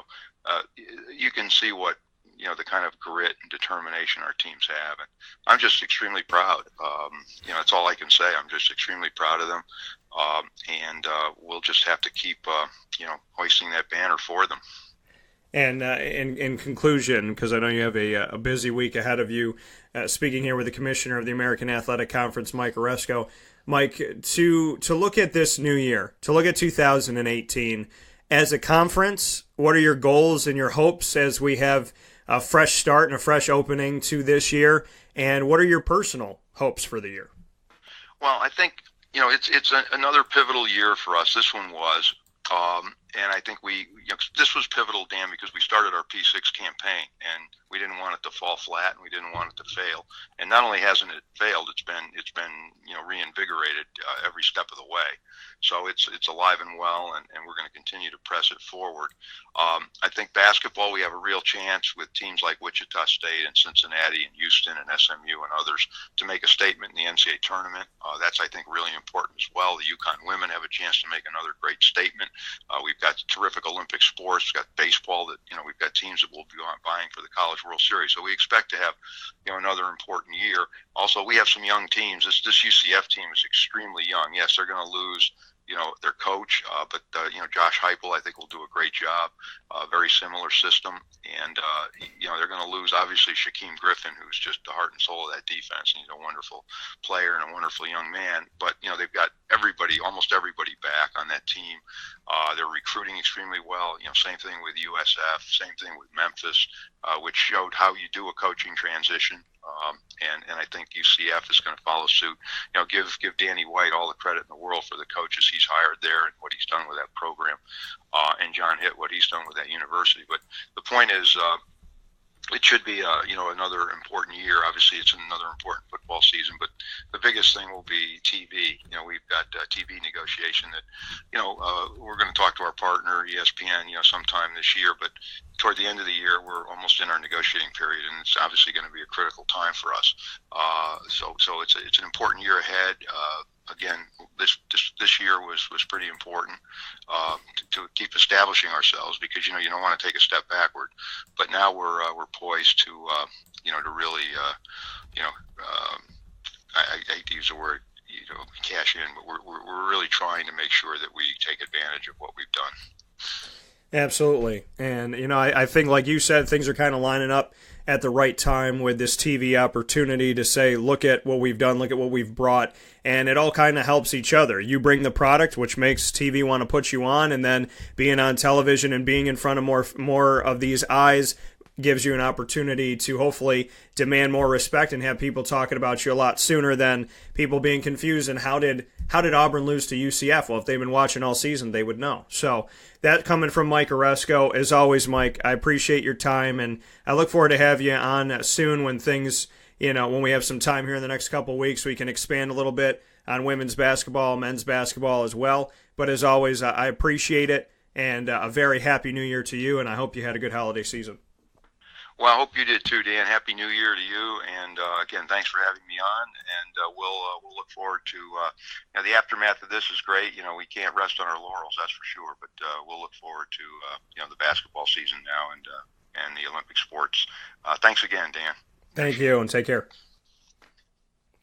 That coming from Mike Aresco, once again, the American Athletic Conference Commissioner, and I hope he feels better there. I know he said he was losing his voice a little bit, so hopefully he feels better here this morning. But very happy to have him on the show and have an opportunity with him. I mean, you can't be a happier commissioner in college football right now. You can't be. Well, let me go back. You cannot be a happier commissioner in college football right now when you don't get the respect that you deserve. Now, Greg Sankey, he's probably the happiest one because he has Georgia and Alabama of the SEC playing in the national championship game. So he gets another title game for the SEC, and it's going to be nationally televised on January 8th for the championship. So he's going to be very happy. I'm sure he's very, very happy. But at the same time, if you're Mike Aresco and you're sitting in that chair of the American and you wake up this morning, January 2nd, 2018, and you're going, I got the only undefeated team in the nation in my conference.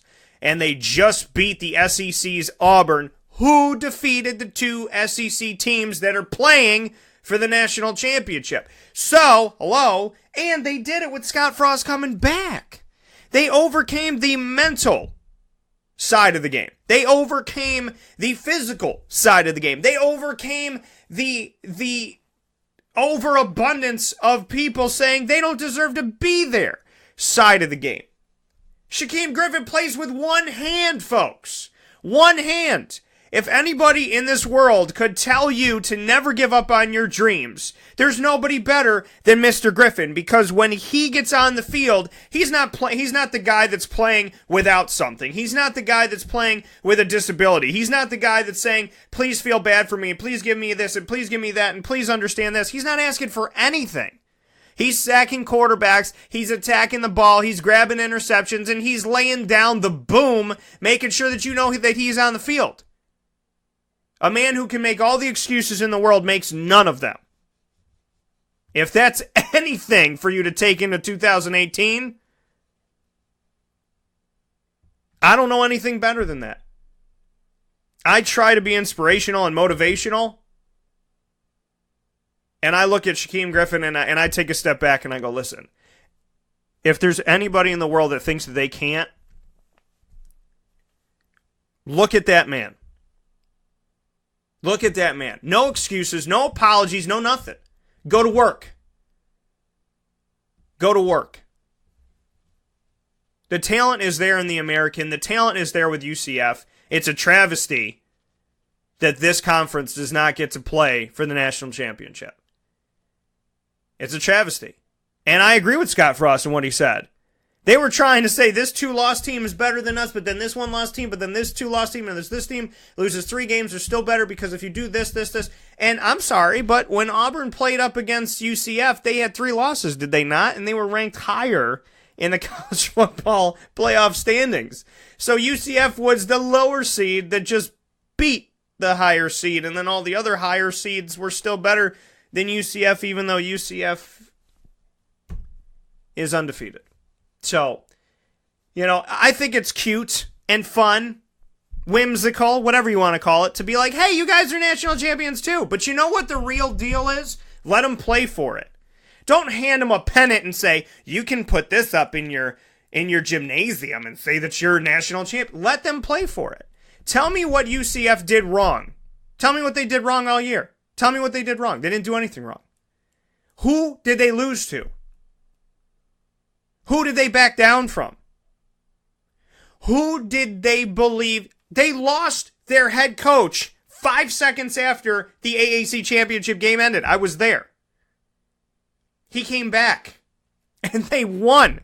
Knowing that he was going to Nebraska, they got the band back together, and they won another game. This team had every excuse in the world to lose. Nobody thought they belonged except for them. And me. And some of you smart people out there.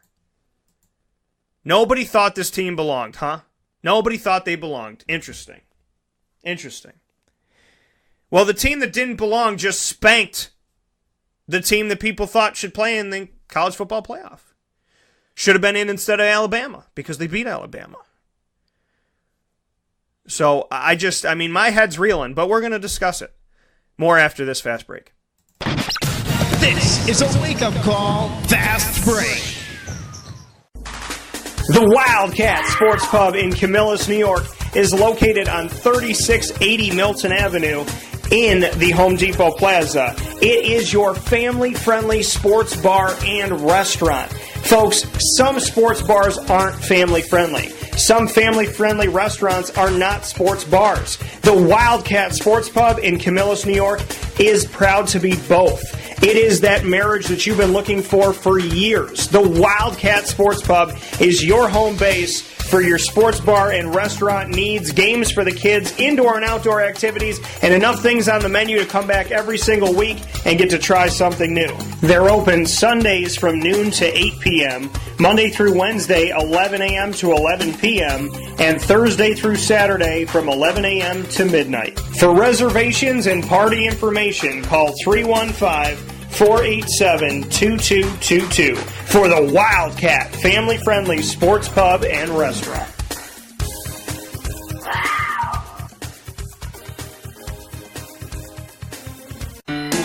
Hi, this is Kira from Looking Glass Events, where we're always giving you a reason to celebrate. Whether you have a small business, large business, personal event, or wedding, we are available to plan and coordinate your dream event to life. Every detail, every step, Looking Glass Events is working with you all the way. Call us at 315-702-4653. That's 315-702-4653. Or contact us through our website, lgweddingsandevents.com. Looking Glass Events, giving you a reason to celebrate. Clothing that will change with you without you having to change. DrySigLady.com, DREISSIG Lady.com. With the Bamboo line Relaxed Fit clothing as well as the Athletic Fit clothing, DrySigLady.com is fit for any woman, any time of the day, anywhere.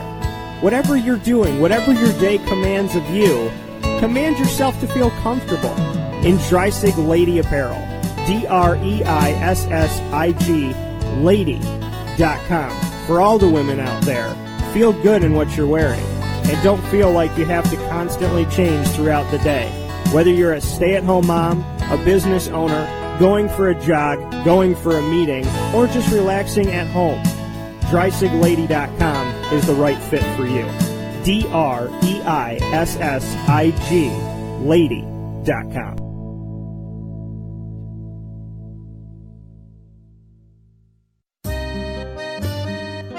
This is Lawrence Papaleo, licensed real estate salesperson for Gilbo Realty. Call our home office at 315-752-9513. Or better yet, call or text me directly at 315-748-2524. Let me ask you a question, Lawrence. If I needed you to help me buy a house, find the right place, could you help me do that? Joe, I'll help you find your dream home. You don't ever say my name on the radio, never. If I needed to sell a house, could you help me go about that the right way? Yes, I can. How do they get a hold of you? Call me directly at 315-748-2524. But you also do the commercial property. So if I got a business, couple businesses, got to take one here, move it over there, do this, do that, are you going to help me buy and sell my commercial property also? Yes, sir. I like that. What's my name again? I have no idea. Absolutely, but they need to know your name, so give it one more time. This is Lawrence Papaleo, licensed real estate salesperson for Gilbo Realty. My phone number is 315-748-2524. Why don't you tell them your name one more time and that number so we can jot it down? This is Lawrence Papaleo. Call me or text me directly at 315-748-2524. The Market Diner prides itself on bringing the local community fresh ingredients that are better than going elsewhere. Open for breakfast, served all day, lunch and dinner with daily specials. The Market Diner is located at the Regional Market on Park Street, right across from Destiny USA. For takeout, call 315-474-5247. The Market Diner. Local, fresh, better. Welcome back here to Wake Up Call with Dan Tortora on wakeupcalldt.com, your one-stop sports shop, and on mixlr.com/wakeupcalldt. Hope you are all having a great New Year. Happy New Year to every single one of you. If you haven't heard me say it to you, Happy New Year. Happy 2018. Here's to making it so much better than 2017, and 2017 was a good year for me personally and business-wise. Always is, because I bust my butt, I work hard, and I believe in God. And in believing in God, you're limitless. So, I appreciate my life, and I appreciate the opportunities that I have, and I want to thank God for them. So, happy 2018. I hope you're doing well, and I hope you're enjoying your day. It is brutally cold in Toronto, they say, but it is friggin' frigid here, too. Exo Course said, Happy New Year. Happy New Year, boss. How you doing? Let's see what we got here. So, let me throw you one. Let me throw you a little Happy New Year. I see that we have Johnny on here, so I'm going to send one to Johnny, too. And I'm going to send one to Johnny's brother, who won one of my fantasy football challenges. Love it. Awesome. Can't wait for the victory party, folks. That's going to be happening very soon. For those of you that are in the Wake Up Call Fantasy Football Challenge, our victory party with trophies is going to be happening very shortly at the Wildcat Sports Pub. So make sure you stay close to Facebook at Wake Up Call DT and Twitter at CallDT, CALLDT, as well as on wakeupcalldt.com, because we're going to be doing it up very nicely for that award ceremony. Can't wait for the opportunity to do that. With that being said, let's continue this conversation in college football in just a moment. I have to have this conversation first. Now, this man endorsed my show, and I can't believe I'm so honored. He endorsed my show years ago, and I had the opportunity to speak with him and be around him.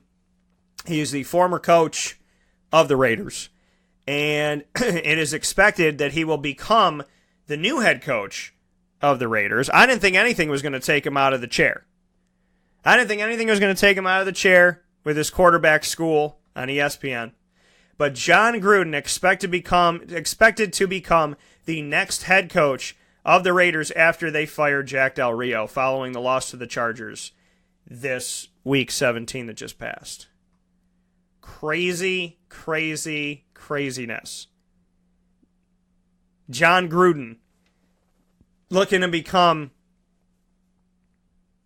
the next head coach of the Raiders.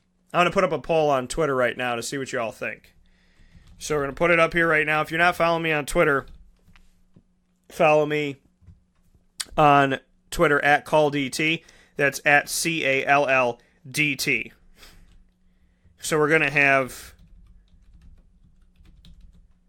the poll go up right now. I'm putting it up here so you can strongly agree, disagree, or strongly disagree. I'm going to get some fans' thoughts here. What is your... let me put it up here like this.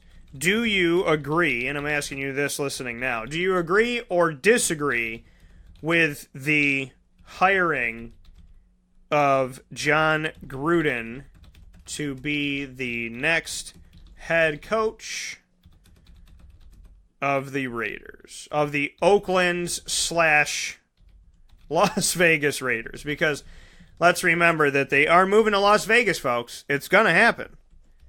So he becomes the head coach. He'll be the first. Maybe it's a history thing for him. Maybe this is something that he really wants to do.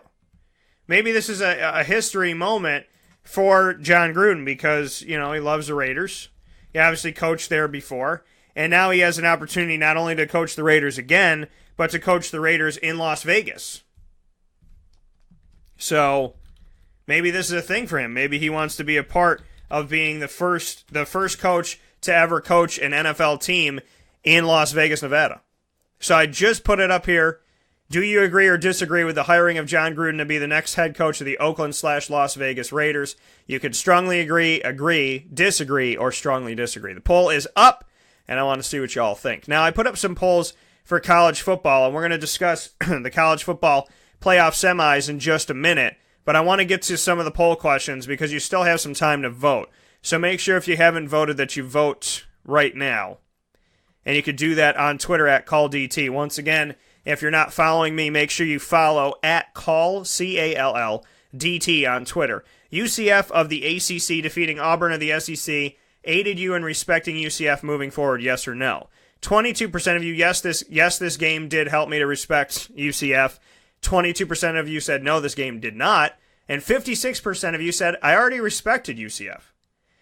Seeing that UCF took down Auburn, who defeated both Georgia and Alabama in the regular season, it would have been nice to see UCF in the college football playoff. 27% of you said, no, I disagree. They shouldn't have been in the college football playoff. 73% of you said, yes, I would have liked to see them in the college football playoff. Following the UCF win over Auburn and everything that has come before, it is now time to make college football a Power 6 instead of a Power 5 to include the American Conference. 45% of you disagreed, 55% of you have agreed. And the final poll that I put up that I want to get to here really quick. What was the biggest shock of this season's college football playoff semifinals in your opinion? Was it A, the double overtime game in Georgia versus Oklahoma? Was it B, Clemson's lack of offense? Or was it C, Alabama's defense? 7% of you said Alabama's D because it's not a shock, right? They were good. They got better because guys came back that had been injured. So Alabama's defense got the least amount of the votes, 7%. 43% of you said the biggest shock of the college football playoff semifinals that happened on January 1st. 43% of you said the double overtime game with Georgia up against Oklahoma. And the winning answer so far, with 13 hours left to vote, 50% of you said Clemson's lack of offense was your biggest shock of the 2017-18 college football playoff semifinals. Your biggest shock was the lack of offense by Clemson. And I don't disagree with you. And let's go to that game. Let's discuss it, okay? Let's get into it right now. Now, I picked Alabama and Georgia, so I left. Talk about starting off January in a good way. Talk about starting off 2018, a new year, with a big bang, right? I had Alabama defeating Clemson, I had Georgia defeating Oklahoma, and I had UCF defeating Auburn. So I started off the new year 3-0. Pretty nice to start off a new year with your predictions being 100% correct. So let's make sure that we keep that going here, folks. Now, Alabama in this game, they just took it to Clemson. Clemson was very quiet. Clemson scored a field goal in the second quarter and a field goal in the third quarter, and that was it. Calvin Ridley went to work. Now, this Alabama team I got to cover at the beginning of the year in the Chick-fil-A kickoff game up against Florida State. So I covered Calvin Ridley, and I covered, Mack Wilson. Well, Mack Wilson was obviously, he had been injured going into the season. So Calvin Ridley and obviously, this team had so much to offer. And Alabama, Jalen Hurts, I got to see him, Bo Scarborough, Calvin Ridley. But one of the biggest things that I can say about this is Daron Payne, okay? Daron Payne, which I used on the internet. I used the you. Y'all good, you. I used that from Analyze That from Robert De Niro, speaking of Billy Crystal. Daron Payne, you talk about Nick Saban. Let me say something about Nick Saban. Now, people say he's ornery, he's this, he's that, whatever. Nick Saban, respect to you, sir. Not just for everything you've done in the national championships and the wins and the yada, yada, yada, but the fact that Alabama's defensive tackle, Daron Payne, intercepted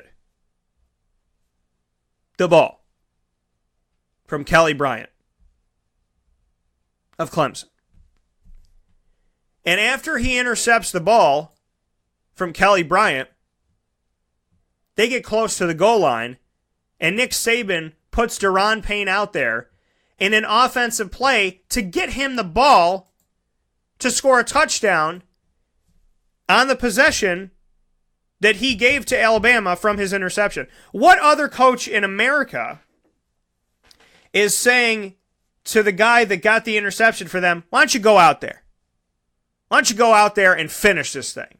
You got the interception, you deserve the touchdown. Ballsy by Nick Saban, ballsy by Daron Payne. They did it, though. They made it happen. That was single-handedly one of the greatest plays ever in the history of college football, because a coach said to the man who gave them that possession, hey, Daron Payne, you took that from Clemson. You took that ball away from Clemson, so you deserve to bring that ball across the goal line. You took it, you take it in. You took it away, now you take it into the end zone. And he did. It was amazing. So to linemen everywhere, to big men everywhere, Daron Payne, hello.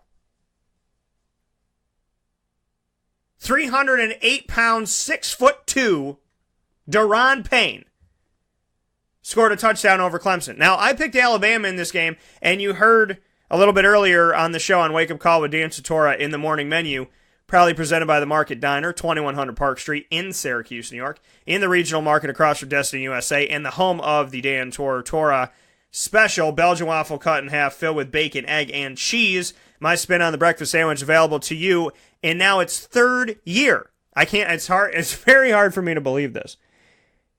Because we are sitting here on January 2nd, 2018, the Dan Tortora special sandwich, available every day at the Market Diner exclusively, is going into its third year. In the first year, we sold 60 to 70 a week. In the second year, we were gangbusters on top of what we did in 2016. And now we're about to blow the doors off the thing in 2018. So 16 it came out, 2007 and did extremely well. 2017 we continued to do well with the sandwich thanks to you. And in 2018 I'm looking to shatter records. I'm looking to make it happen. I love it. It was voted and right before the end of the year it was voted one of the top 5 sandwiches in Central New York by you online. Thank you so much for that. Big ups to you. So thank you to all my listeners, all my supporters, my viewers, my readers. Thank you to everybody who comes out to the live shows, plays in the Fantasy Football Challenge, the March Madness Challenge. God bless, and a big thanks to you because you have been absolutely and positively amazing inside and outside of Central and Upstate New York. I thank you so very much. And so does the Market Diner and the Mbz family and the entire crew over there. So, big shout out to you for making the Dan Tortora special something very special in 2016 and 17. We're about to make it even more special in 2018. So, thank you so much for all that you do, and I truly appreciate it. So here in the morning menu, a little bit earlier in the show, Bob Casullo was speaking with me about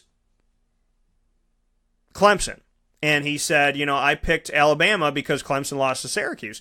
That's another reason why I picked Alabama. There's a whole talk of, they had guys that were out injured and they're coming back defensively. And the fact that it's Alabama, you don't let Alabama in this thing. I originally thought Clemson. And somebody came out to one of my live shows, and I made mention of Clemson. He goes, really? Over Alabama? You think so? And I think you could argue that Alabama shouldn't have been in the college football playoff because all the other teams played in their title games for their conference, respectively. But at the same time, if you let Alabama in, they're dangerous. And I picked Alabama ultimately to win this game after thinking a little bit more about it because of the fact that Clemson lost to Syracuse. Clemson had the worst loss of any of the 4 teams that played in the college football playoff. Alabama lost to Auburn. Okay? Alabama lost to Auburn. Georgia lost to Auburn. In Oklahoma, their only loss of the season going into the college football playoff, Oklahoma had lost to Iowa State, who's a lot better than people give them credit for, and had a hell of a game against Memphis, 21-20, that we talked about a little bit earlier. So the worst loss by far of any of the 4 was Clemson. And that should have and I know Clemson took care of Miami 38-3 and completely embarrassed them in the ACC championship game. But the team that had the most vulnerability in the Alabama-Clemson game was not Alabama. It wasn't the 4 seed, it was the number 1 seed because Clemson lost to Syracuse. And when Clemson loses to a team that's ranked in the 80s of 130, and I'm just being honest, I'm just telling the truth here, folks. When Clemson loses to a team like that, there's something to say about that. And you expose that. And Alabama did. I said, how is Alabama, who lost to Auburn, going to lose to Clemson, who lost to Syracuse this year? And not on a freak play. Syracuse outplayed them. I look at things like that. I look at what was your worst loss? And all of them had 1 loss. And the worst loss was by far Clemson. Everybody, Iowa State, top 25 arguable team during the season. Auburn was a top 25. They were a top 6 team during the season. Syracuse, 87, maybe. So I picked Alabama to win this game because I said if Syracuse could expose them, I know Alabama can. Because if Syracuse, where they're at right now, and I know they're getting better, and I'm proud to cover them, and there's a lot to say about what Dino and his staff are doing, and at the same time, as an impartial broadcaster, if you think, if I'm Alabama and I see that Syracuse exposes Clemson, I am licking my chops to play them. And they took care of it, 24-6. So half of my thing was right. And then you look at the other half and say, can Dan go 100%? Can the prediction be reality? And the answer this season, thank goodness, is yes. Starting off the new year, 100% on my January 1st games. UCF over Auburn, Alabama over Clemson, and I picked Georgia over Oklahoma. And Papa Joe, who you hear every Thursday on the broadcast, he texted me during the game. And he said, I'm going to get an exact quote here. What he said, I don't want to paraphrase. I want to get you exactly what he said to me. Papa Joe said, are you believing this stuff? And I put Oklahoma playing defense is bad news for Georgia. Georgia had the momentum up until that. They need to score. And then later on he said, there goes my overrated SEC matchup. And I said, I'm still picking Georgia. And that was in regulation. I said, I'm still going with Georgia. I'm still, listen, I made my statement. I said Georgia. I'm staying with Georgia. I'm not flip-flopping. I'm hanging tough here. I'm going to pick them, and I'm going to just let it go. I'm going to let it go, let it run here. Because Oklahoma surged back at the end of this game. Oklahoma did what they needed to do to get this game back on, and then Nick Chubb had to get the touchdown to tie it at 45. 45-45 with 55 seconds left in the game. In OT, it's field goal for field goal. And then Georgia, in the second overtime, Sony Michel, 27-yard touchdown run to win the game. And I said it. I know he fumbled the ball that helped set up an opportunity for Oklahoma. But I said earlier on in the game, before that happened, I said, if Georgia wins this game, Sony Michel needs to be the player of the game. If they win this game, he's the MVP. 11 carries for 181 yards, 16.5 yards a carry. Can you believe that he only carried the ball 11 times? Go back and watch the Georgia game. You'll think he carried the ball 30 times. He carried the ball 11 times for 181 yards and 3 touchdowns. And he had a touchdown receiving, 4 catches for 41 yards. Sony Michel ended the game with 4 Georgia touchdowns. 4. Nick Chubb, 14 carries, 145 yards, 10.4 yards a carry, 2 touchdowns on the ground. The team had 317 rushing yards as a whole for Georgia. 317. Here's the crazy thing about it. 326 yards between Sony Michel and Nick Chubb. Jake Fromm lost 13. The team lost 2, and DeAndre Swift had 6. So they actually had more than the team because some of it got negated. 326 rushing yards between Sony Michel and Nick Chubb. Oklahoma had 8 different players run the ball for 242 yards. 8 different players amounted 242 yards. 2 players for Georgia amounted 326. Georgia, you know that they're going to run the ball. I think Georgia can win this thing. I think Georgia can beat Alabama. I really honestly do. Because there's a hell of a... You think about Oklahoma. Oklahoma doesn't play defense this season. They don't play defense. They just try to outscore you. That's all they do. And Georgia, who would have thunk Georgia was going to score 54 points to take down... Normally, Oklahoma gets up to 48, 50 points. They're going to win that game. Let's look at Oklahoma this season, right? They score 56 against UTEP, 56 against Tulane, 49 against Baylor. Now, Iowa State was the game they lost. They only scored 31 in that game. But more often than not, they're scoring in the 40s or the 50s or the 60s, okay? They're out of every game they played this season. They played 14 games this season. 14 games this season. 3 of those 14 games, they scored less than 40 points. 3 of the 14 games they played in. The other 11, they scored 40 or more. 56 against UTEP. Pardon me. 4 games. I forgot about the Iowa State game. Or Ohio State game. Pardon me. So, 4 times they score...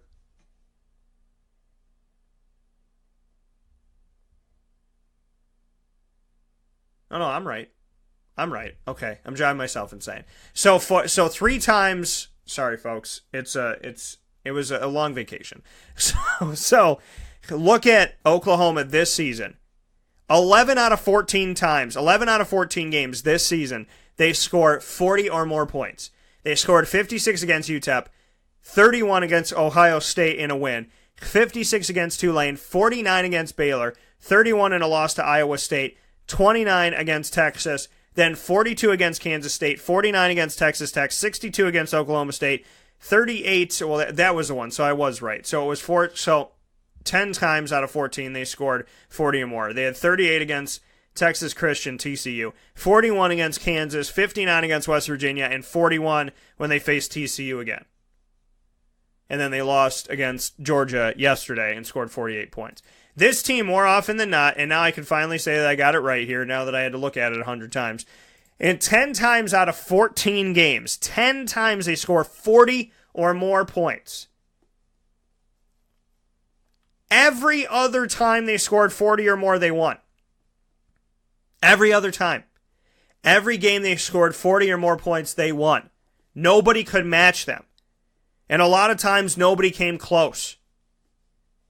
And then Georgia scores 54 in double overtime to slam the door on a team that only plays offense. Now, they made some defensive moves in this game, and it shocked the hell out of me. Speaking on Oklahoma. But Georgia was just too much. Just too much. Georgia's got something to state here. Georgia has something to say here. Because Georgia played Auburn for the SEC championship, and they won. They knocked Auburn out of the college football playoff. Of any opportunity of getting in this season. They want Alabama. They want to play Alabama. They have not played Alabama this season. They're on different sides of the SEC. They want Alabama, and they're going to get them. They're going to get them. And I can't wait for this game. 2 for 2 in the college football playoff semis. I picked Georgia, and I picked Alabama with another SEC title game on the lines, which just so happens to be the national championship. Massive, massive game for both sides. And if you're watching the Georgia game up against Oklahoma, I mean, this game was fun. This game had literally no defense in the beginning, and then it started to happen. Georgia made a stop, and then they scored, and they took care of business. Kirby Smart, the head coach of the Georgia Bulldogs, is doing one hell of a job. Before Kirby Smart, they had Mark Richt, who went off to Miami, and his second season when Miami played in the ACC championship game, although they lost it, and they lost to Wisconsin in their bowl game this year, he did a heck of a job in his second season, but he leaves Georgia, and people are saying, oh my God, what are we going to do after him? Kirby Smart. Just going to work for Georgia. What an amazing coach. Who would have thunk at the beginning of the year that Kirby Smart would have been the guy on the other side of this championship game? Who would have thought that? And it's amazing. It's absolutely amazing. And I give him all the credit in the world. Because he deserves it. He's earned it. From 2004 to 2015, all but one of those years, Kirby Smart was on Nick Saban's coaching staff. So from 2004 to 2015, in 10 of those 11 years in between, 10 of 11 years, Kirby Smart was with Nick Saban.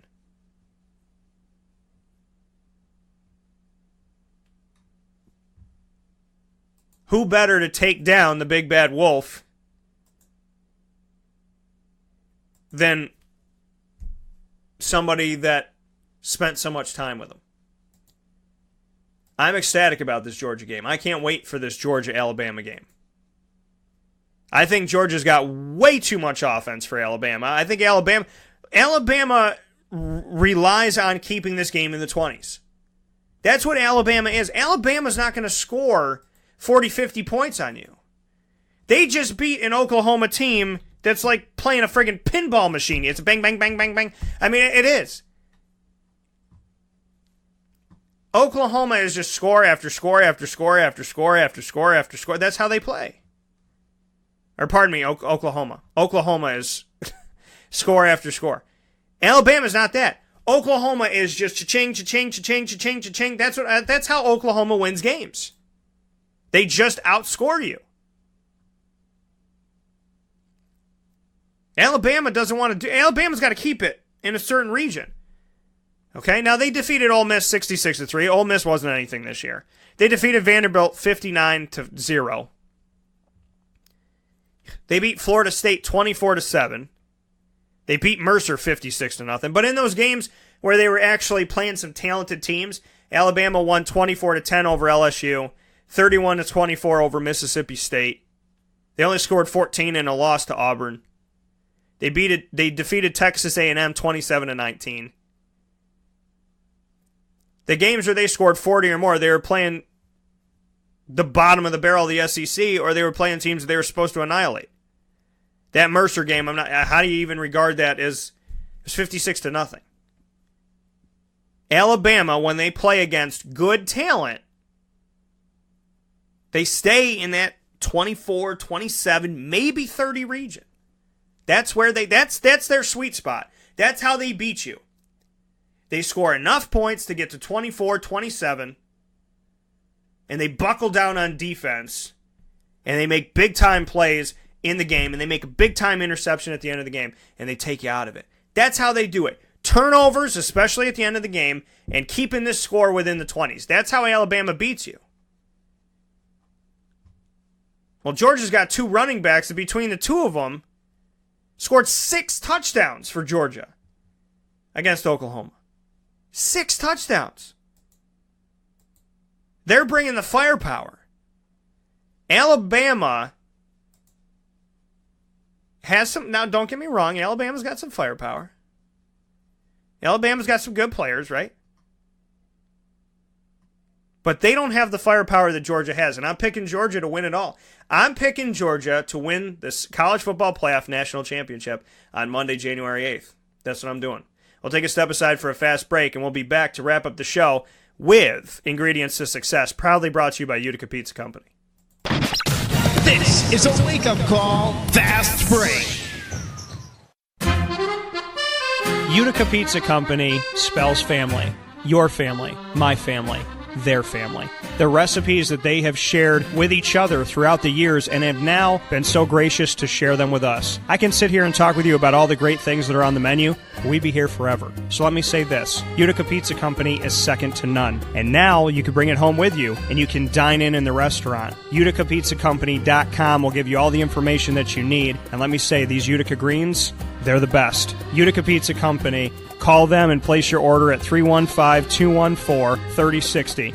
That's 315-214-3060. Families break bread at Utica Pizza Company.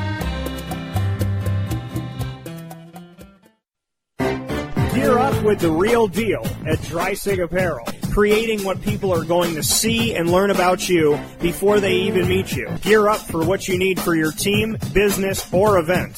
So look professional, look good, and feel good. Outfit yourself at DrySigApparel.com. That's DREISSIG Apparel.com. The only place to gear up with the real deal. What's the universal language of a fan? Clapping your hands. With Fan Hands, the ultimate sports fan accessory, find your team color, slip them on, and start cheering on your favorite team with 11 different colors, always in stock on fanhands.com, where you'll find the ultimate sports fan accessory. Real fans wear Fan Hands.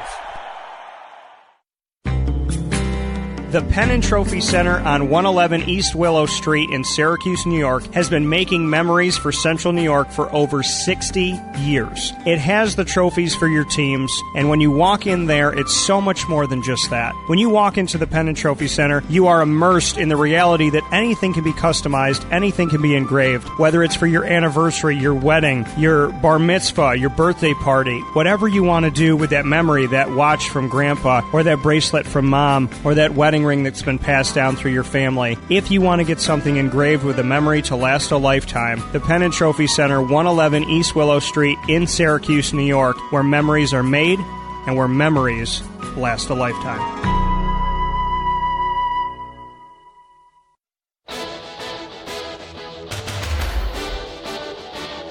The name Lees and Staggerwald is synonymous with Central New York, with over 80 years of service to the community. Lees and Staggerwald downtown is your butcher, grocery, pub, and deli located on 117 East Fayette Street in Syracuse, New York, minutes from the Carrier Dome, and your perfect pre-gaming headquarters with Rob Drummond and myself, Dan Tortora, 2 hours before home games. Lees and Staggerwald downtown, where you can dine in, take out, pre-game up on the hill with their meats, or pre-game inside their walls. Lees and Staggerwald downtown, a unique experience for every single fan and every member of the community with over 8 decades of service. They're open Monday from 10:30 a.m. to 3 p.m., Tuesday through Thursday from 10:30 a.m. to 8 p.m., Friday 10:30 a.m. to 9 p.m., Saturday noon to 9 p.m., and closed on Sunday. On 117 East Fayette Street in Syracuse, New York.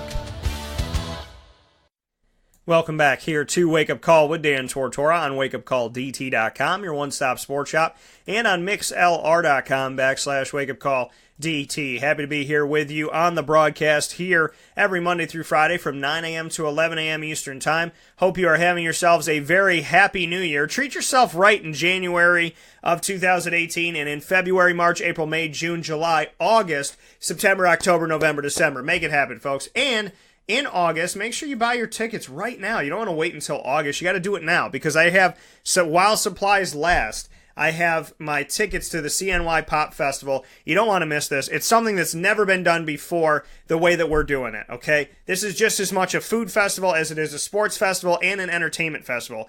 I am bringing actors and actresses as well as anchors from Marvel and, an anchor from Marvel and DC. Somebody from Star Wars will be coming to it, as well as Syracuse football and basketball alumni. It's going to be amazing. It's going to be absolutely amazing. If you're a comic book fan, we got you covered. If you're a TV fan, if you're a movie fan, we got you covered. If you're a sports fan, we got you covered. If you're a huge Syracuse fan, we got you covered. Football fan, covered. Basketball fan, covered. If you love food, which most people do, you're covered. CNY Pop Festival .eventbrite, which is event BRITE.com. CNYPopFestival.eventbrite.com. Buy your tickets now. While supplies last. They're only $15 for adults, $10 for children, 5 and under are free. Buy your tickets now. Do not hesitate. Do not wait. Because once they're gone, they're gone. Once the pre-sale tickets are gone, got to pay full price. And I try to be very generous here. $15, $10. So you can get it all done with a 20. A 20 or a 10, you're done, you're good and ready to go. So make sure that you buy your tickets now. CNYPopFestival.eventbrite.com. Get your tickets today. They are on sale right now. In this moment, if you go to CNYPopFestival.eventbrite.com, you can buy your tickets. So do not hesitate. Do not wait. Make sure you do it now. Continuing on here in the morning menu, proudly presented by the Market Diner on 2100 Park Street in Syracuse, New York, in the regional market across from Destiny USA. It is the home, once again, of the Dan Tortora Special. Belgian waffle cut in half, bacon, egg, and cheese inside. And I'll be heading to the Market Diner after the broadcast today. So hopefully you will as well and get yourself a Dan Tortora Special. Thank you to the countless number of people who have listened to the show and agreed that that was the thing to do.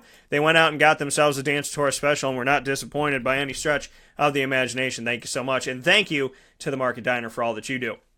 It is now time for the Ingredients to Success, proudly presented by Utica Pizza Company, which is live right now. And I'm very inside wake-up call here on mixlr.com/wakeupcalldt. So I am very excited to share this segment with you. It's a segment that means a lot to me because Utica Pizza Company means a lot to me. They are a phenomenal business. They work very hard and very diligently every day to bring the best products that they can to Central and Upstate New York. They are bringing them not just to 628 South Main Street in North Syracuse, which is their restaurant where you can have catering come out of there. You can have takeout, delivery, and dine in on 628 South Main Street in North Syracuse, New York. At the same time, you can buy their sauces, their seasonings, their dressing, and their tomato pie at local grocery stores in Central and Upstate New York. So there's so much that they offer, and they have It's a Utica thing where they literally take the restaurant of Utica Pizza Company, put it on wheels, you choose what you want on the menu, and then they drive to your location. They will drive to your business. They'll, if you have a building and you want to post up downtown, feed everybody, they'll post up downtown. They'll post up at your anniversary party. They'll post up at your bar mitzvah. Whatever it may be, they got you covered. So make sure that you make your way to 628 South Main Street in North Syracuse, New York, in the Mains Plaza across from Sweetheart Corners to Utica Pizza Company and show them some love. They have the wake-up call #1 pick in the window every day, and that is the Chicken Riggy Pizza. You can order it by the slice or by the full pie today or any day. So make sure you go over and get the Chicken Riggy Pizza at Utica Pizza Company. It is my #1 pick. So their segment that always rounds out our shows on Tuesdays is called Ingredients to Success, if you've never heard it before. To those of you that have, thank you for listening back. For those of you that haven't heard it, thank you for being here. The Ingredients to Success is when I pick anything that's going on in the sports world or the world in general, and I give my ingredients to success for that given thing or person or team or organization, whatever it may be, proudly brought to you by Utica Pizza Company. And today's ingredients to success are directed toward the College Football Playoff Committee. I would think that being undefeated is an ingredient to success. I would think that beating teams outside of your conference are an ingredient to success if you don't appreciate the conference. I would think that doing what a team like UCF did, defeating Auburn, who defeated Georgia and Alabama, and the only team to do so in the nation, and both of those teams are playing for the national championship, that would be an ingredient to success. So you took down the SEC, you took down Maryland inside of the Big Ten, you have taken down every team that you've gone up against, and whether it takes double overtime or regulation, you've won the games. Mackenzie Milton is a sophomore quarterback, true sophomore. He didn't sit out a year, true sophomore quarterback. In his second season at UCF, look at what he has done at the quarterback position. Look what Shaquem Griffin has done with one hand and no excuses. Okay? So ingredients to success: grit, desire, want, perseverance, determination. If there's ever been a time for me to tell you, and there's no better time than going into a new year, to not listen to what anybody else says about you. And what do people say? Well, Dan, what if they're right? That's what people say. They always say that, right? Dan, what if they're right? You tell me not to listen about what other people are saying about me, but what if those people are right? You know in your heart and in your mind who's right and who's wrong. I don't believe that God has created any human being in this world that has no ability to know if they're right or wrong. I don't believe that there is a single human being created on this planet or any planet, any being anywhere, that wouldn't know if they're right or wrong. They would have just no ability to know the difference. I believe it's inside of you. I believe that you know because God put it in there. That's how I believe you know. I don't believe there's anybody that's ever been created in the history of anything that would not be able to know inside of them who's right and who's wrong. You know, we listen to other people. And listening to other people, I can promise you, from a first-hand account, listening to other people tell you who you are and what you're about, that don't love you and don't care for you, it will make you quit on everything that you care about. It will make you stop doing everything that you want to do. It will make you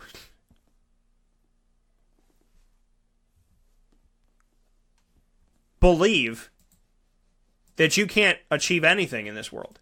Listening to other people that don't love you and don't care for you. Because you say to me, Dan, how do I know who's right? How do I know who's right?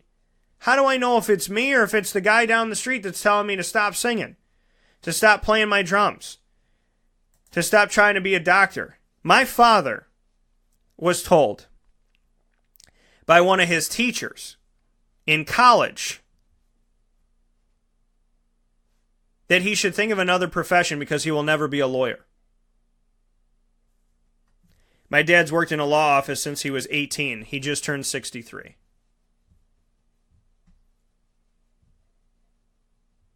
Do the math. 45 years working in law.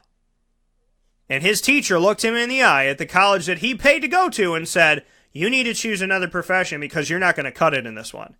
45 years later, I don't know where the hell the person is that told my dad he couldn't make it, but I sure as hell know where my dad is. Michael Jordan did not make his high school basketball team because he couldn't cut it. He wasn't good enough. According to his coach, he didn't have what the coach needed to put him on the roster. He wasn't good enough to be one of those 12 to 14 players. He just didn't cut it. He didn't do enough to teach, to show the coach that he was worthy of being on the team. And people argue today, yesterday, and probably till the end of time, and after that Michael Jordan is the greatest player to ever play in the NBA. There will never be a time, in my opinion, that Michael Jordan will not be included in the conversation of who the greatest basketball players of all time are. Never. Yet, he wasn't good enough to make his high school basketball team. Think about that.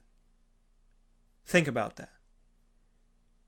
Put into perspective the people that give you a hug and a kiss when they see you, that call you just to say hi, that text you just to say hi, that when somebody says something bad about you on social media, you don't say a word, they do. Somebody who is always there for a shoulder to cry on, always there to laugh with you, and doesn't make excuses when you want to hang out. You want to listen to anybody's opinion on how you're living your life? Listen to those. But you know whose opinion you should listen to more than anybody's? Your own. Now, I know there's always exceptions to the rule, and my mind always goes to the extreme. Dan, what about serial killers? They shouldn't listen to themselves. Dan, what about schizophrenic people that are doing it? They shouldn't listen. What about that? What about they shouldn't listen to themselves? Listen. There are people that have chemical imbalances and this, that, and the other. There are people that don't do good things, and no, they shouldn't be listening and saying, I should keep doing. But I believe in your heart and in your soul and in your mind, truth is always there. And the people that do bad things in this world, they try to shield that. They try to cover that truth. They try to pretend it doesn't exist. They put a blanket over it, some rocks over it. They bury it. But it's always speaking to them. Always. Always speaking. I don't think God ever stops talking to you. I think we stop listening. But I don't think he ever stops talking. And I know that. So, to take a line from the TV show New Girl, when Winston was talking to Schmidt, and he said, and he had a tank top on that said like dance freak or something like that. And he was like, I got to go down to the precinct because Winston's a police officer. He said, I got to go down to the precinct before I got to pick something up. So he's like, I got to go pick that up before I go dancing, my dance class. And Schmidt says, why would you go down to the precinct wearing that shirt? You know they're going to make fun of you. And he said, when are you going to stop caring about what other people think? Winston said, when are you going to stop caring about what other people think? He said, if I look at the cards in my comment box, they're full. There's a lot. People have a lot to say about how I live my life. But you know the only comment card I read, you know what it says? Good job. Keep it up. Good job. Keep it up. And you know who wrote that comment card? Me. And you know how I know that I wrote it? Because I recognize my own mother-freaking handwriting. Your ingredients to success for the new year is to only read your comment card. Consult your conscience. Consult your heart. Consult your mind. Consult your soul. And know that the only opinion on your life that matters is your own. We'll take a step aside. This is a wake-up call fast break. Hey, Wake Up Call listeners, this is Tom Taylor, owner of Sammy Malone's, located at 2 Oswego Street in Baldwinsville, New York, overlooking the beautiful Seneca River. We proudly open our doors to you 7 days a week, beginning at 11 a.m. daily, with free parking. Whether it's game day, after-work drinks, or a meal with family and friends, we are honored that you come visit us. Call 315-635-5407 for parties and catering. I'll see you at Sammy Malone's, home of the best sandwich in Beeville.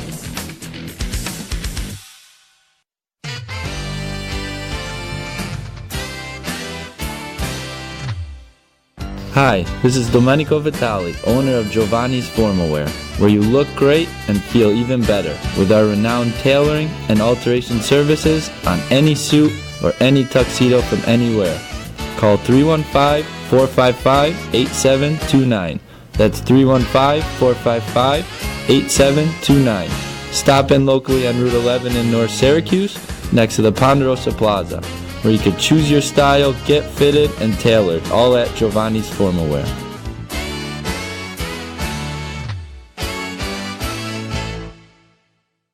I'm George Townsend of Honda City with some good advice when buying a new car. The true cost of owning a new car is determined by the appraised value when you trade it. No vehicle appraises higher than a Honda. Next, look for low APRs and deep discounts. You also want low maintenance costs and great fuel economy. That's why my advice to you is to buy a new Honda. Looking pre-owned, visit our Honda Certified Used Car Center. Honda City, 7140 Henry Clay Boulevard, Liverpool, or HondaCity-CNY.com. It would be a pity if you don't shop at Honda City. For all of us that have always wanted our favorite restaurant to come to us, it's now a reality in Central New York with It's a Utica Thing, with Utica Pizza Company bringing their wonderful recipes that they've handed down through generations to you, to your event, to your business, to your home. It's a Utica Thing, proudly bringing Utica Pizza Company on wheels to your location. Call 315-738-8946. That's 315-738-8946 to bring Utica Pizza Company to your doorstep with It's a Utica Thing. Welcome back here to Wake Up Call with Dan Tortora on wakeupcalldt.com, your one-stop sports shop, and on mixlr.com/wakeupcalldt. Happy to be here with you this morning and to wrap up today's show, the first show that I will have done for 2018. This is our first, I mean, you only do this once, folks. This is the first show of the new year for us. January 2nd, 2018, the first show of 2018, a Wake Up Call with Dan Tortora. In December 31st, 2016, I did a live video on Facebook Live, and so many of you watched it, and thank you so much for that. And I made the announcement that in 2017, for the first time ever in my 14-year history of being a broadcaster, I would be moving to 5 days a week. And we would be Monday through Friday from 9 a.m. to 11 a.m. Eastern Time on mixlr.com/wakeupcalldt. I can't believe I'm sitting here with you today saying that it was a year ago today that we started this. It was a year ago today that we started 5 days a week. That I, for the first time ever, was a 5-day-a-week sportscaster for Wake Up Call with Dan Tortora. And I cannot be more thankful and appreciative and blessed and honored for the new year and for 2018. And I thank you for your support. And I thank God more than anything for forgiving my shortcomings and giving me opportunities beyond my wildest dreams. And helping these opportunities to be limitless. I don't know how to repay or thank God enough, but to work my butt off and give my best to God, and to remember that it's just as important, if not more important, which it is, to be a husband and a father than simply a broadcaster. And I'm ecstatic for what we have coming up for you this week, and I'm ecstatic for this year together, and I love you so much. And so I can't wait for you to listen in tomorrow, January 3rd, and all throughout the week, and all throughout the year.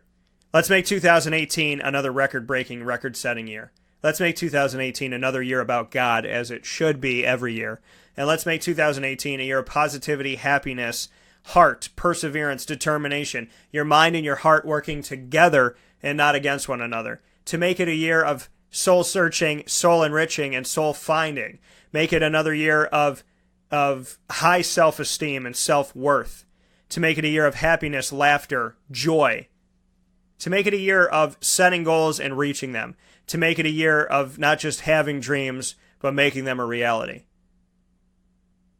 For making it a year where perception is not reality, but reality is reality. Happy New Year. I'll talk with you this week, every single day, from now through Friday, and every week, 9 a.m. to 11 a.m. Eastern Time, on mixlr.com/wakeupcall.dt. Big shout out to my morning menu guests inside of Wake Up Call, American Athletic Conference Commissioner Mike Aresco, as well as Bob Casullo, longtime NFL and college football assistant coach. Thank you to Utica Pizza Company for the ingredients to success, and thank you to every company I'm proud to work with and take into 2018. And Muddy Waters, can't wait to get there.